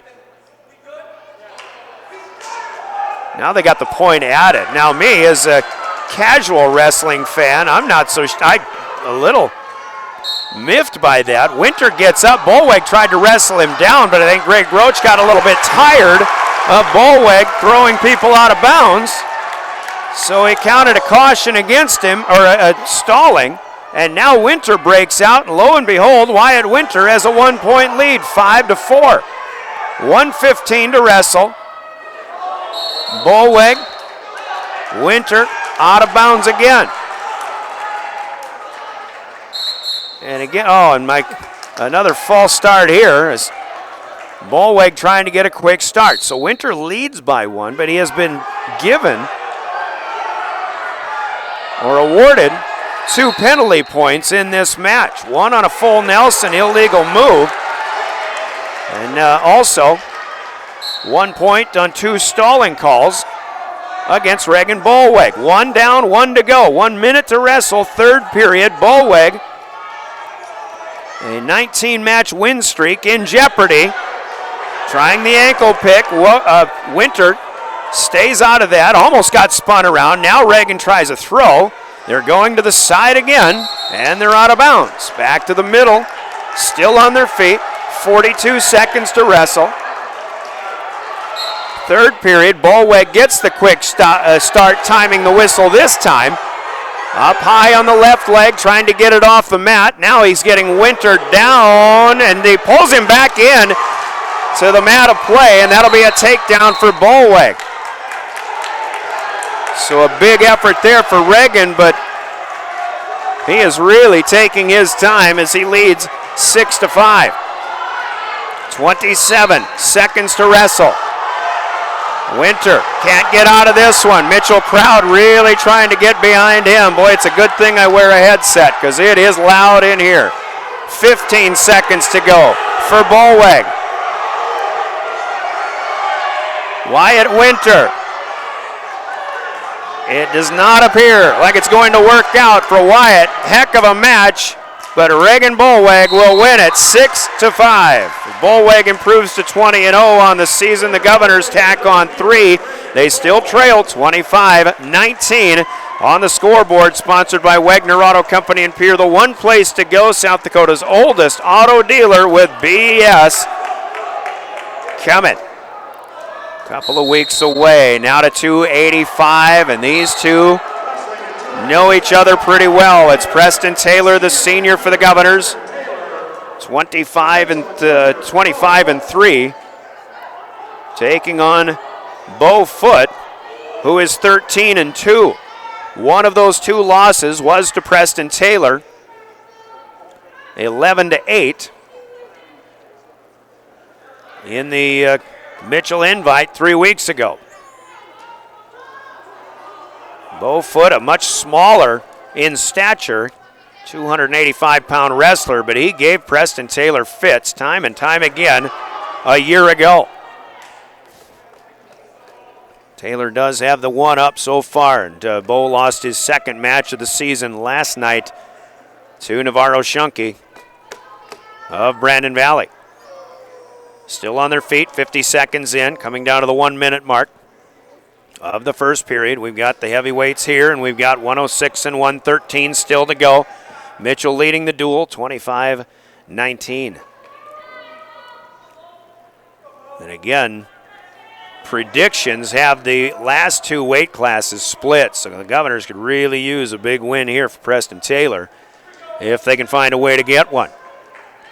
Still locked up. Taylor against Foote, down to 35 seconds left, and Foote's got the leg up. Preston Taylor still has a hold up high, but Bo Foote trying to get Preston Taylor pushed to the floor. Right leg up in the air of Taylor, and now Bo Foote will come down over the top of him. That's the takedown. Bo Foote strikes first with 11 seconds to wrestle in the first period. Make it 10 as they went out of bounds. 2-0 Mitchell in this match. And Foote will come in over the top with the last 10 seconds to go, and we've got Foote getting that caution in the setup. His knee coming in to the backside of Preston Taylor. Taylor quickly up, tries to spin around. 1 point escape earned by Taylor just at the end of the first period. That's an important point right there for Taylor, and as he gets the choice to start the second period, he'll go right back down and try to get at least another escape here. But Foote with that takedown. Got the early lead, now leading 2-1. And again, we're looking at seeding potential here in the Region 3A next weekend, which has a new look at 285. Obviously, we don't have Noah Hutmaker from Chamberlain in that weight class anymore, so the top two in the region, we're looking at them. Sebastian Cardona of Huron, a respectable third, I think, in the mix, but Preston Taylor and Bo Foote, you're looking at the top two in the region right now. Foote's got that arm wrapped back behind of Preston Taylor, left arm back. And Taylor, who went into the down, and now Foote comes around. And this is hurtful. Foote's got him grabbed and both arms up, potentially dangerous will be called as Taylor got on his feet. Bo Foote went underneath both arms, and he was able to get his hands tied and pull both shoulders back of Preston Taylor. Just over a minute into the second period, it's 2-1, Bo Foote. Taylor is up on his feet after the restart, and he is out. 1 point escape. 2-2 our score. Talked about a high-scoring 11-8 match that these two have had already, with Taylor beating him 3 weeks ago, but so far this one, nowhere near that much scoring. Basketball on River 92-7. Pierre boys lead winner 33-30 at halftime. Lincoln Keenholz with 13 points. Brady Fritz of Winter has 18. He's one of the top scoring threats for the 5th-ranked Winter Warriors. Now Taylor trying to get Foote spun over. Not a lot of room for a would-be takedown, but now he pushes him back to the middle. Preston Taylor trying to take advantage, but short time here, 3, 2, and 1. The second period will come to an end. So Taylor started down. He got his escape, but nothing more. We're tied 2-2. And it'll be Foote in the down position this time. Foote the junior, Taylor the senior.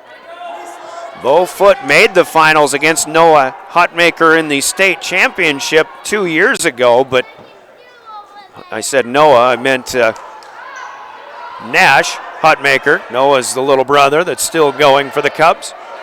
Foote is out, he has an escape. Now he leads again, 3-2.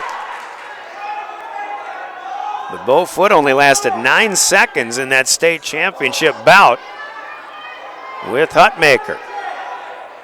Foote trying to get his hands together behind the back of Taylor. He has it, but Taylor still has him up and under a bit. Preston Taylor trying to pick his spot to maybe get a throw here. Foote unable to keep his hands together. Now Taylor tries to trip him. Oh, Preston's knee was out of bounds. So no takedown here. Good idea. Sean Lewis said go back to that, but get a little bit more of a lift next time.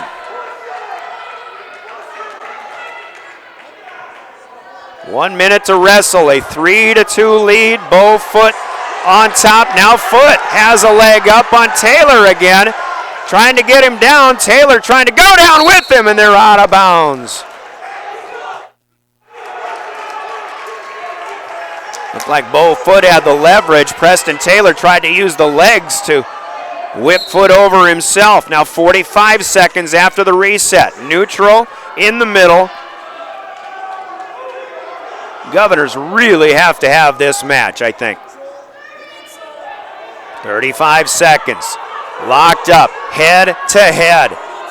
The big boys here in Mitchell.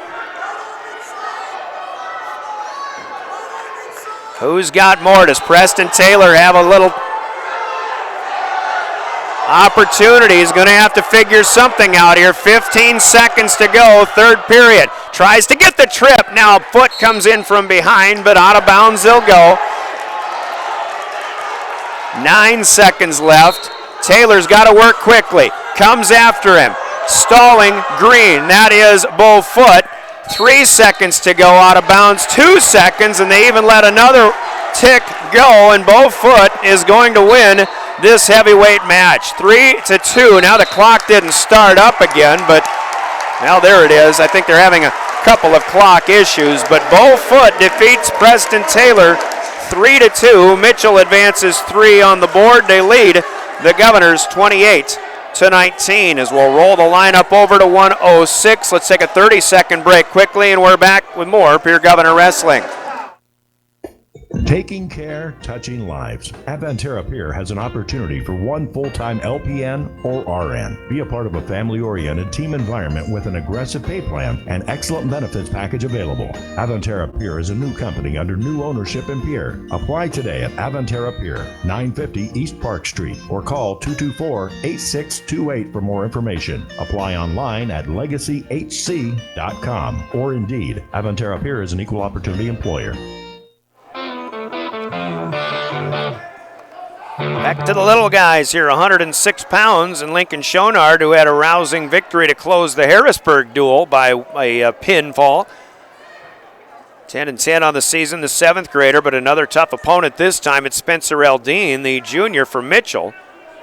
Eldine was 19-9 coming into last night's action, lost to his Watertown opponent, however.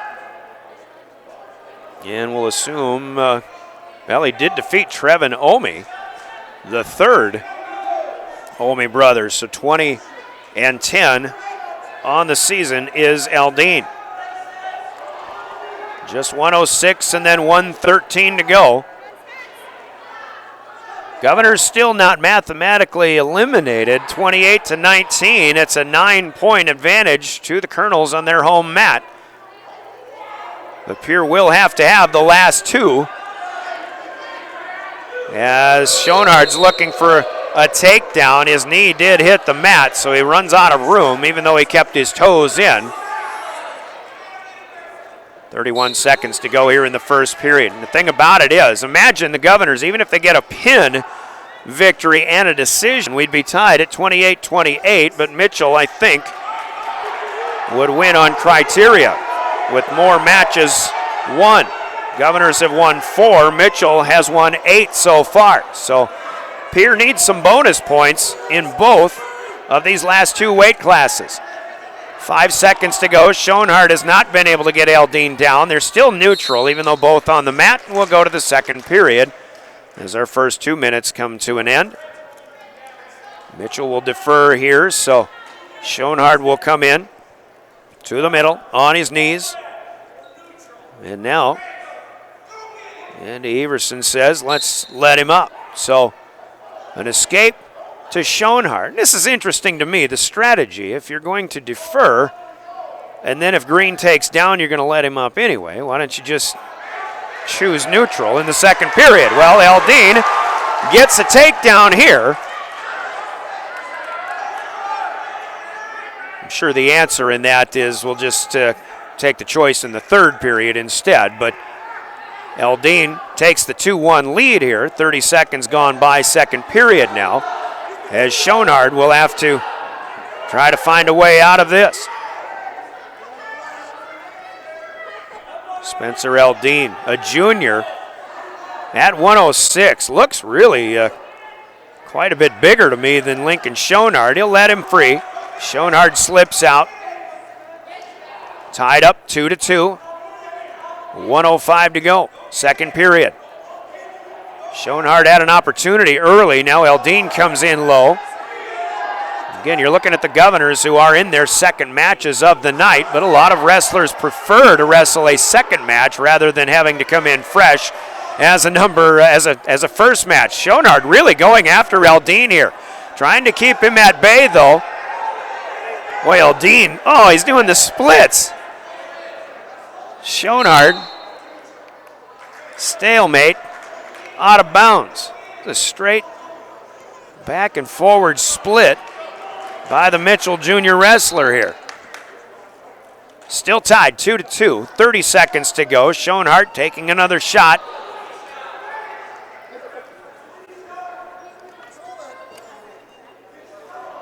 Time ticking away, second period. 3/4 done at Riggs High Gym, and Winter has overtaken the Governors, who led at halftime by 3, but now Winter leads the Govs 43-37. Still a minute to go in the third. Here comes Eldine as the double leg lift and takedown, and Eldine does not get a pin. He will get 2 back points, 3 seconds at the end of that second period. And Lincoln Schonard will be trailing 6-2. Mentioned earlier, really saw Eldine as the favorite coming into this one, and right now that is the case, 6-2. And again, if he wins this match, this duel will be clinched for Mitchell. They haven't beaten the Governors in a duel in an awfully long time, but Eldine's got another takedown, and it's 8-2. Spencer Eldine very much in command here with a minute and a half to go. One bout left. That'll be at 1:13. Noah Williams against Caleb Hubbard.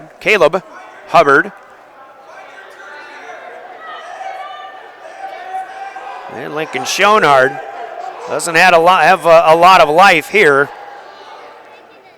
with Eldine over on the top of it. Eldine trying to work with the lower left leg, trying to bring it up close to the rest of the body, but Schonard stiffens out, but Eldine getting some leverage here. Schonard starting to get rolled over here now. Greg Roach counted a couple seconds, now he's counting again, and that's 5. 3 back points pending. Eldine in a major decision margin right now. 35 seconds to go.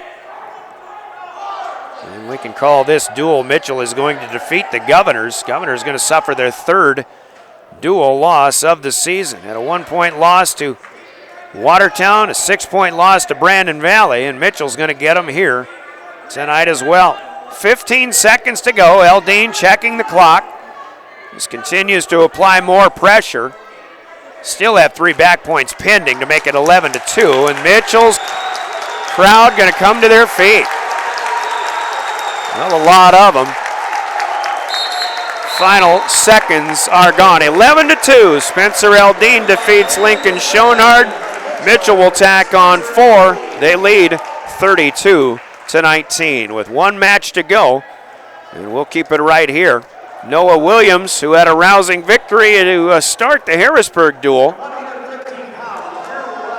is 20-9 on the season. Caleb Hubbard, his opponent. He's a sophomore. And we'll see how these two come out. Hubbard lost to his Brandon Valley opponent, Jacob Wolf, last night. And he lost to Brandon Lee of Watertown as well, so 16-12 on the year for Caleb Hubbard. Action to start, and a takedown here for Noah Williams.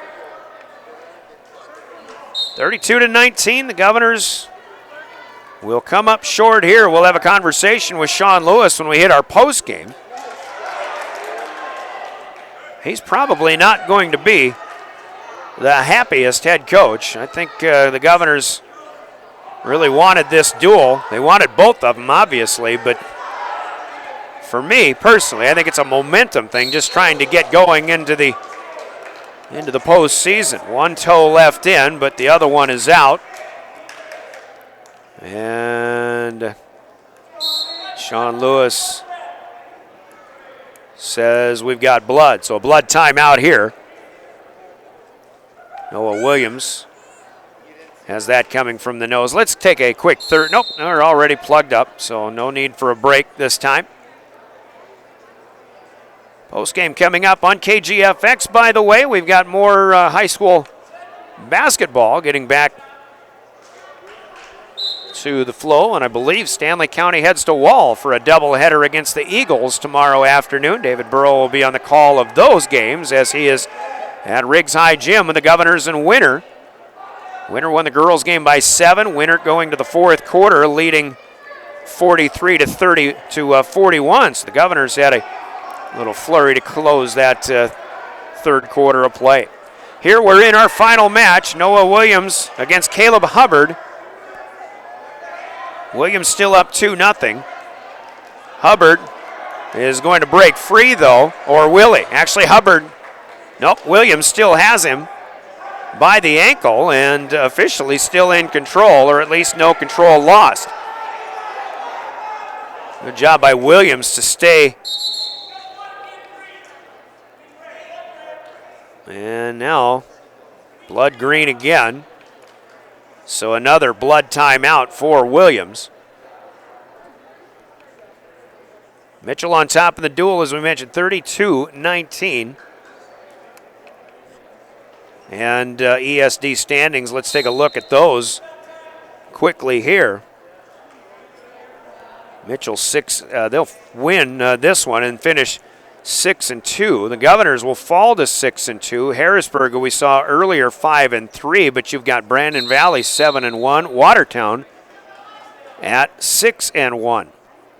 And again, Watertown and Brookings, for whatever reason, did not wrestle a duel against each other this year. I think that gives the ESD title outright to Brandon Valley, even though Watertown beat Brandon Valley last night, 34-33. 10 seconds to go, second period. Williams, first period rather. It's taken a while with a couple of blood timeouts.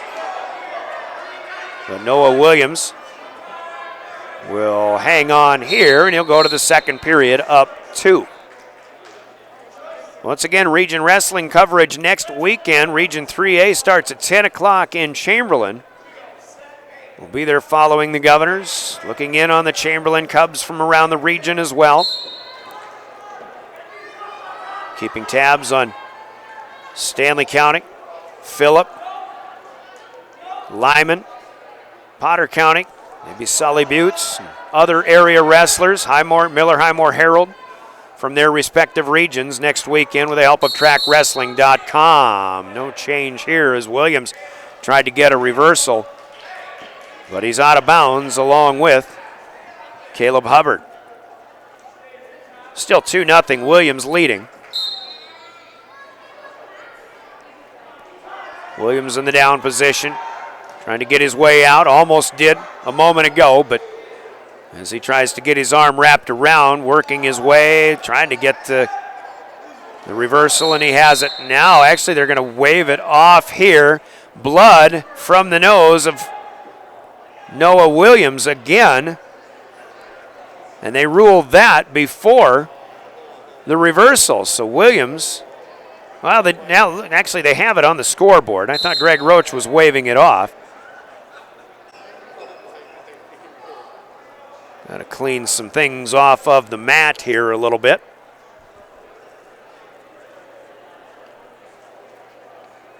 Exciting night of wrestling, and for Mitchell fans, they really have to get to thinking that well, things are kind of getting back to normal here, in a matter of speaking. Mitchell, a prominent program for a lot of years. That was before Sturgis had their big run in the mid-2000s. We do have Stanley County Wall basketball on KGFX tomorrow. Williams back at it. Still leading 4-0, but he slips on his takedown attempt. And Hubbard had an opportunity, but Williams does a good job in getting back at it, and he is still in control. Said takedown, it would have been a reversal. They ended up on their feet. 1 minute to go. Second period here. Williams got Hubbard face up. Oh, Williams might have had his shoulders down, but Hubbard has a reversal, and Noah Williams is on his back. Mitchell fans wanting one more win to walk out of here a little happier than they're already going to be. Down to 30 seconds left, second period. The 4-0 lead is gone. A 2-point reversal and a 5-second near fall. 3 back points makes it 5-4, and Caleb Hubbard has the lead here. There was a time where Noah Williams had his, looked like his neck was on the back of his neck was on the mat. Here he crawls up and crawls around and reverses on Hubbard. So a 2-point reversal here, and that'll bring an end to our second period. We'll go to the third, and another blood timeout here for Noah Williams. Let's sneak in a 30-second break. You're listening to Pierre Governor Wrestling.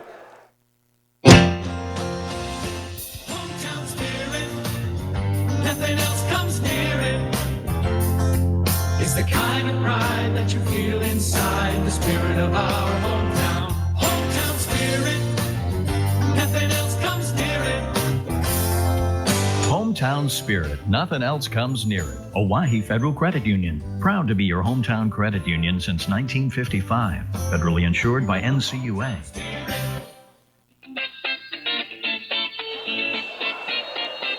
We're driven by the Office of Highway Safety of the state of South Dakota, who reminds us all, buckle up, stay alive. You're listening to Pierre Governor Wrestling on your official home of Governor Sports, KGFX AM 1060, FM 107.1, a member of DRG Media Group. Online at drgnews.com and the KGFX page with live streaming.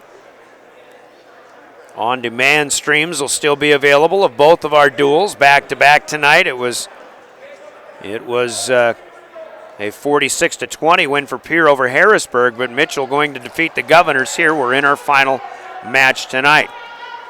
The all-new DRG News app gives you an opportunity to catch up on Governor sports and all high school sports on DRG Media Group stations. Hubbard in control by Williams, but now as Williams has to spin back around to keep Hubbard at bay. Noah Williams on top 6-5. We're just underway in the third period. Hubbard had his chance. Williams has been on his back a few times. This is a 2-point reversal. So they gave one to Hubbard, but now they've given one back to Williams. And that updates the score. It went from 6-5 to 7-6, now 8-7. As Noah Williams is still in front by 1. 1:15 to go. Williams had a great pin over Carter Ratliff in that Harrisburg duel. Now he's at least trying to go 2-0 on the night. With just a minute to go.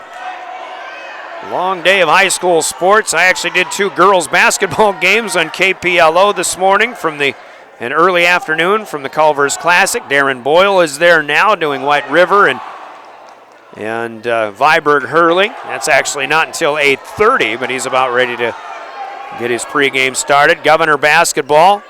Gov's trailing winner 49-45 with 5 minutes to play on River 92-7. Here it's 8-7. In the duel, 32-19, Mitchell leads and will win the duel. Noah Williams still trying to get some things done against Caleb Hubbard. Probably would like to get him on his back one more time. Doesn't want to let him go here. Hubbard had a chance to spin around. Now we've got 10 seconds to go. Williams trying to hang on, and it looks like he will.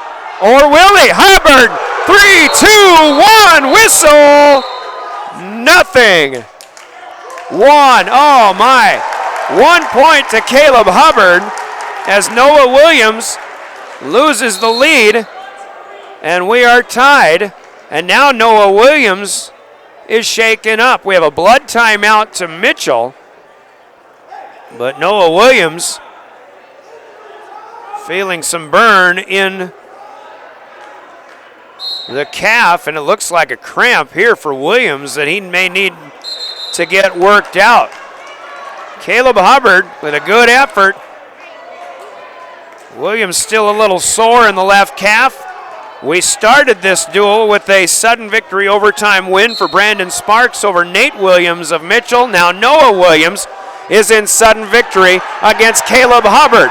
And he's got him up around the head trying to get Hubbard down, but Hubbard will roll over. No, it's Williams still on top. The 2-point takedown is there. And, back points as well. Sudden victory win goes to Noah Williams. He'll win at 12-8, but again, your final score on the Wagner-Auto scoreboard, the Mitchell Colonels defeat the Pierre Governors by the score of 32-22. So again, both teams finish 6-2 in the ESD season. Mitchell finishes, 20-4 overall. The Governors will finish 14-4. Good wrestling here at Mitchell High School Gym tonight. The Governors will go 1-1. They defeat Harrisburg but lose to Mitchell 32-22. Our scoreboard brought to you by Wagner-Auto of Pierre. The one place to go with BS on the way. Let's take a 3-minute timeout. We'll have a conversation with Sean Lewis coming up. Still got a player of the game to announce and a full recap of all of our matches coming up as well in this Mitchell duel. Won by the Colonels tonight on KGFX 107.1 FM, 1060 AM, and drgnews.com.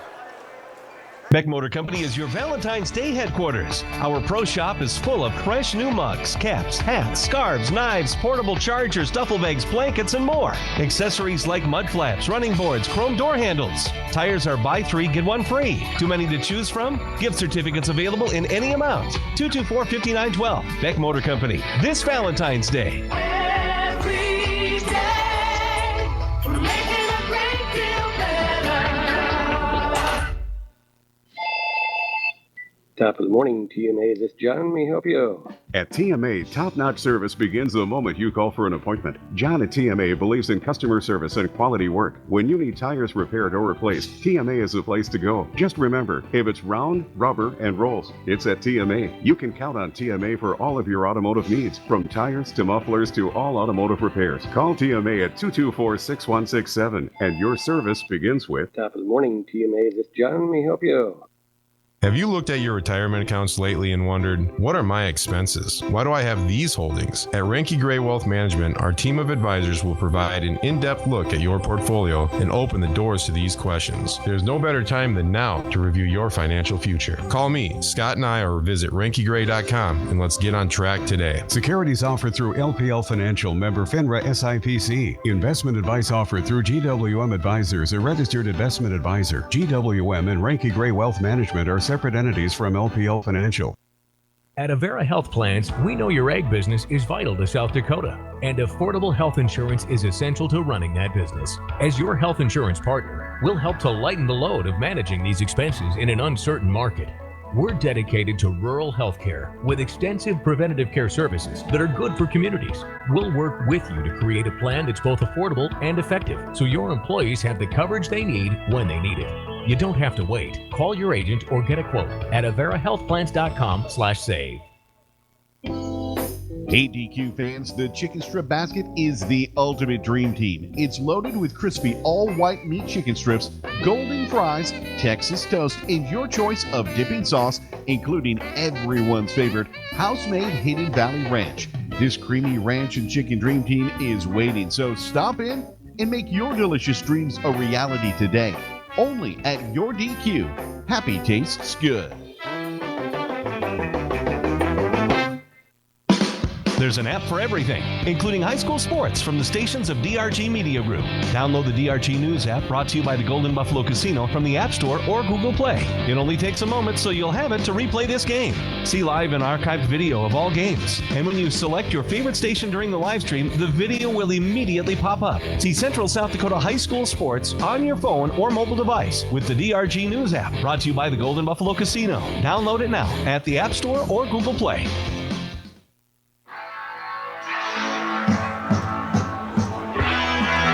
Back at Mitchell High School, to the post-game we go. Brian Oakland with some pretty good wrestling tonight, not from one or two teams, but from three overall. The Governors with a win over Harrisburg tonight, but Mitchell gets them in the end in the second duel here, 32-22. Sean Lewis, the head coach, up to talk to us about this one. Coach, let's start with this Mitchell duel, and I know you really wanted a 2-0 night, but it didn't happen, and boy, I tell you what, I think true wrestling fans in ESD are going to remember some old rivalry here, and it gets loud in here, and Mitchell gets behind their kids, and yeah, it just in this case it was Mitchell had the better night than you guys did.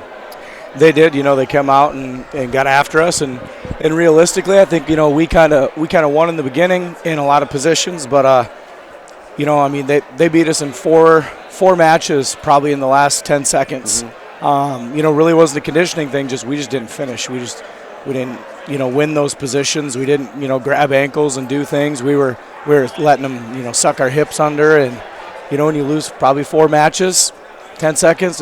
You win any of those 4, things flip pretty quick. But kudos to them. They wrestled hard in their own gym tonight. Yeah, and I've had questions, I guess. Coach Noyes a couple of weeks ago said a lot of times wrestlers like to have that second match against a wrestler who's getting his first of the night, but it still did look like maybe some of the kids were winded tonight in that second match.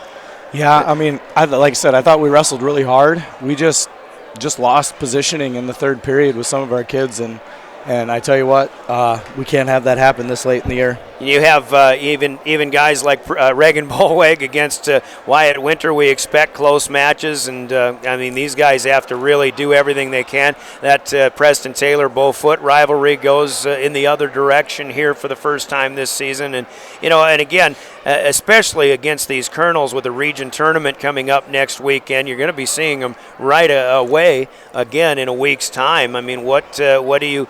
How do you look ahead at that region tournament, especially against some of these Mitchell kids? There's some kids that are really going to want some matches back, but they have to focus a little more on the big picture, too.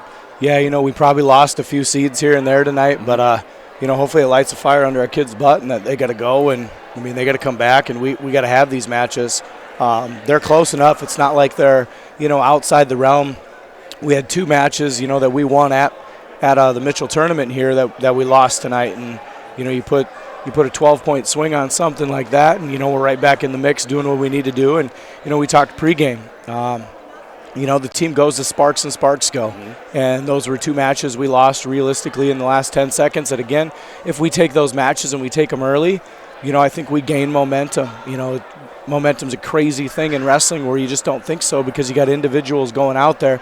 You'd be really surprised how much you can ride a momentum swing in wrestling and just absolutely pound somebody. But, we're on the bad end of it tonight. And here's the other thing, too. When you draw for opening positioning, you started at 113 against Harrisburg. And I think Mitchell's starting right where they want to, you'd have to say, and 120, and they win those first 3 decisions. And you came back with the next 3, but they come back. So sometimes it's not where you're finishing, it's where you're starting that can really set the tone. Yeah, absolutely. So when you get in there and you start to get the ball rolling early, that just goes in your favor. You always want your guys who are going to, eventually seal the deal and close it out at the end. But if you can get the ball rolling early, you can definitely get some momentum rolling. All right, so against Harrisburg, 46-20 win, and you started right out with a good pin, I think, for Noah Williams, and I assume that was against the Ratcliffe kid, and You were pretty fired up. You and Travis over there we saw right off the bat, and I think that was your opportunity to take that early start and not necessarily put it away early, but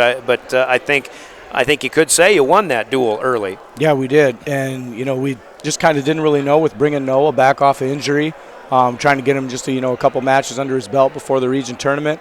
And, right before taking his little injury bouts, we weren't wrestling really well. And so for him to, come out and kind of get himself into a 50-50 position and then come on top with a really tough Ratcliffe kid, I was excited. So obviously you only give up 4 weight classes there. Guys are doing a good job. I think you get good nights, 2-0 nights from 4 wrestlers here. I know you wanted more than that, but let me ask you too about Blake Judson as he loses a rare match here tonight, but of course to Jagger Tyler. And, Judson, just one of these guys has to deal with a loss that he doesn't normally have to deal with. And then Reagan Bolweg almost suffering a loss too. So I guess now you're starting to deal maybe a little mental that you have to kind of get some things turned around too. Yeah, Blake, we know that Jagger Tyler's a really good wrestler. Wrestled really close at the Mitchell tournament. I think it was a 1-point match too, coming down, I think ultimately on a ride out. And we were in a situation to win that match. We got to have that solid ride out. Sorry, I completely have lost my voice from screaming for 2 duels. And we were really close to getting that ride out. Then you get Reagan up top, and you give up that unfortunate penalty point. He's switching sides on a wing, and he just kind of gets his arm caught up a little bit. And it's a referee's discretion of whether or not there's pressure on it. Referee said there is pressure, not a ton to argue. The disheartening thing in that match is also the referee didn't see who was working. We were the one taking shots and not necessarily getting rewarded for it by a stall call. And then all of a sudden, he starts calling us for stall. And I was like, oh, my gosh.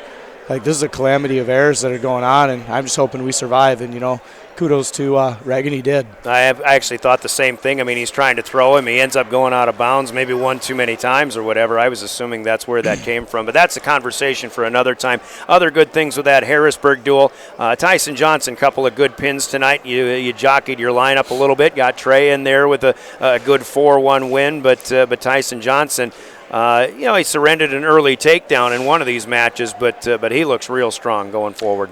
Yeah, so he surrendered the takedown in the Mitchell duel, and ultimately we knew what our matchups were in the Harrisburg duel, and that's why we put Trey in there against Soren.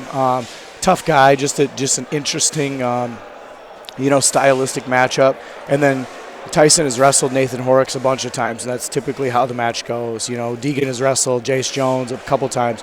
All those guys were down a weight class earlier in the year, so it's not like they were a whole lot bigger than us. We'd seen them earlier in the year. We'd beaten those guys earlier in the year, so we just chose matchups that we thought were favorable for us and, jockeyed our lineup a little bit and just kind of got things done. And then a guy like Gavin Stotts, who a lot of people consider to be a very good, strong wrestler, but against guys like Gulbranson and Van Overshield, that 182-pound weight class is not easy at all. No, if you'd have brought Tyson Lean down for the night, you'd have seen the who's who of 182, and all of those guys are very, very similar body builds. They're short, they are stocky, explosive wrestlers, and Gavin wrestles in. He just, makes a few mistakes here and there with his youthfulness, and we got to try and can some of those errors out moving forward. But, he does a really good job for us, and just unfortunately tonight saw 2 of the best in the weight class. All right, so last question I'm going to ask about Preston Taylor. And he's had these back and forth go-rounds with Bo Foot, and you beat him in the Mitchell Invite a few weeks ago, but Bo gets the upper hand.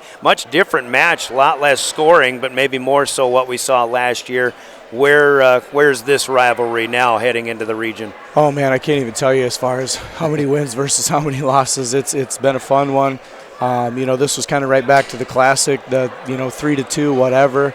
None of these guys are really willing to make a mistake, and ultimately I think one of the deciding factors of the match is Preston opened up and tried to go for one, and kind of slipped on a position, and then he quit.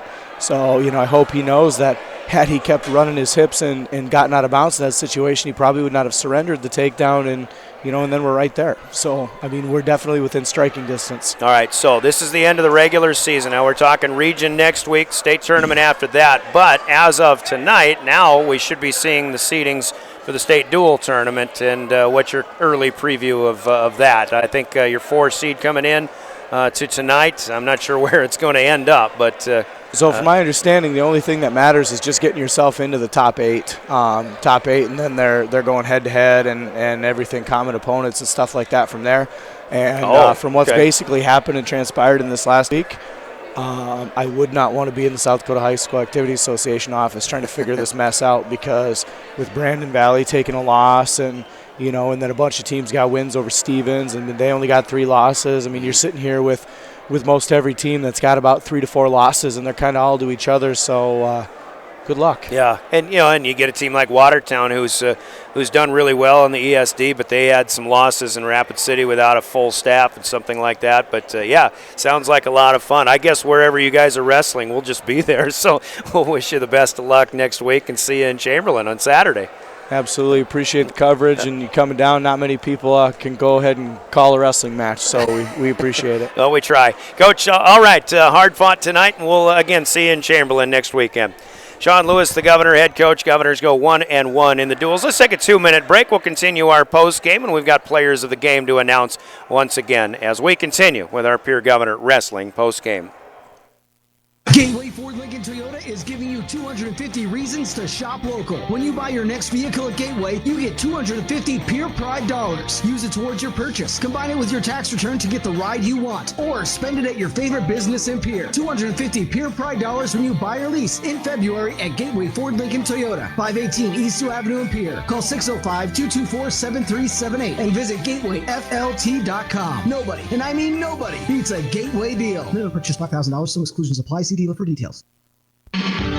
Chances are you're overlooking a big energy thief in your home or commercial building, the garage doors. But Overhead Door Company of Pierre can help stop that energy waste with a full range of insulated, weather-tight garage doors. Their residential garage doors give you insulated performance at an uninsulated price. And their Thermocore insulated steel doors give commercial buildings the energy efficiency they demand today. Find out more. Call Overhead Door Company of Pierre at 1-800-649-9905 and put a stop to the garage door energy thief. Hi, this is Dr. John Rounds of Pierre Physical Therapy and Rehab. I want to thank the community for a successful opening of our private practice physical therapy clinic in 2020. We want to help you reach your goals in 2021. Back pain, knee pain, shoulder pain? No problem. Give me a call at 494-0257 so we can help get you back in motion. Medicare and most major insurance is accepted.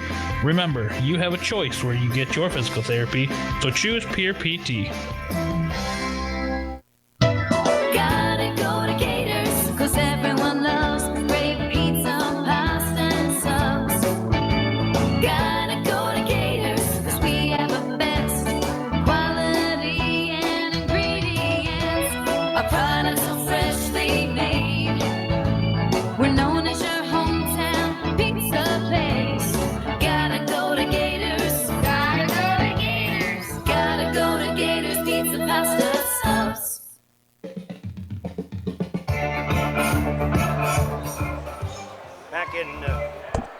Back in Mitchell as the Governors falling to the Colonels 32-22 after a win over Harrisburg to start the evening. Governors on the home front at Riggs High Gym have dropped both ends of that doubleheader with Winter. Great ball game in the nightcap as Winter holds off Pierce 65-62. Brady Fritz with 33 points to lead all scores. Lincoln Keenholz with 22 to lead the Governors, according to David Burrell, who's in his post game as we continue our post game as well here on KGFX. Give you the quick recap. Starting at 120 pounds, Nate Williams goes sudden victory with Brandon Sparks, but it's Sparks who gets that overtime win 10-8.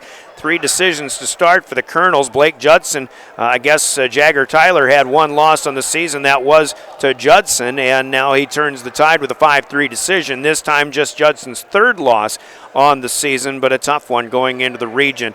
At 132 pounds, Brock Sparks with a 5-2 win over Kaylor Heineman. That made it 9-0. Governors come back with some rousing victories. Chase Sarda, 5-06 over Riley McGinnis, cut it to 9-6. And then Tyson Johnson over Tucker Villauer. Quality win here, minute and 44 seconds. Johnson puts the Governors on top 12-9. Deegan Huska adds 4 more with a 12-4 major decision over Connor Thielen, 16-9 the score. Then the Governors brought Lucas Chamberlain down to 160 to face Tyson Dagan, but Dagan a 1 minute 21 second pin. 6 to the Colonels gave him put him back within 1, I should say, 16-15. Then they take a lead with a decision win of 7-4 by Tate Elwine over Jaden Wiebe at 170 pounds. Mitchell's on top 18-16 and on top to stay. Joe Van Overshield a 16-5 win over Gavin Stotts by Major 22-16. Blake Fredericks a 10-5 win over Jay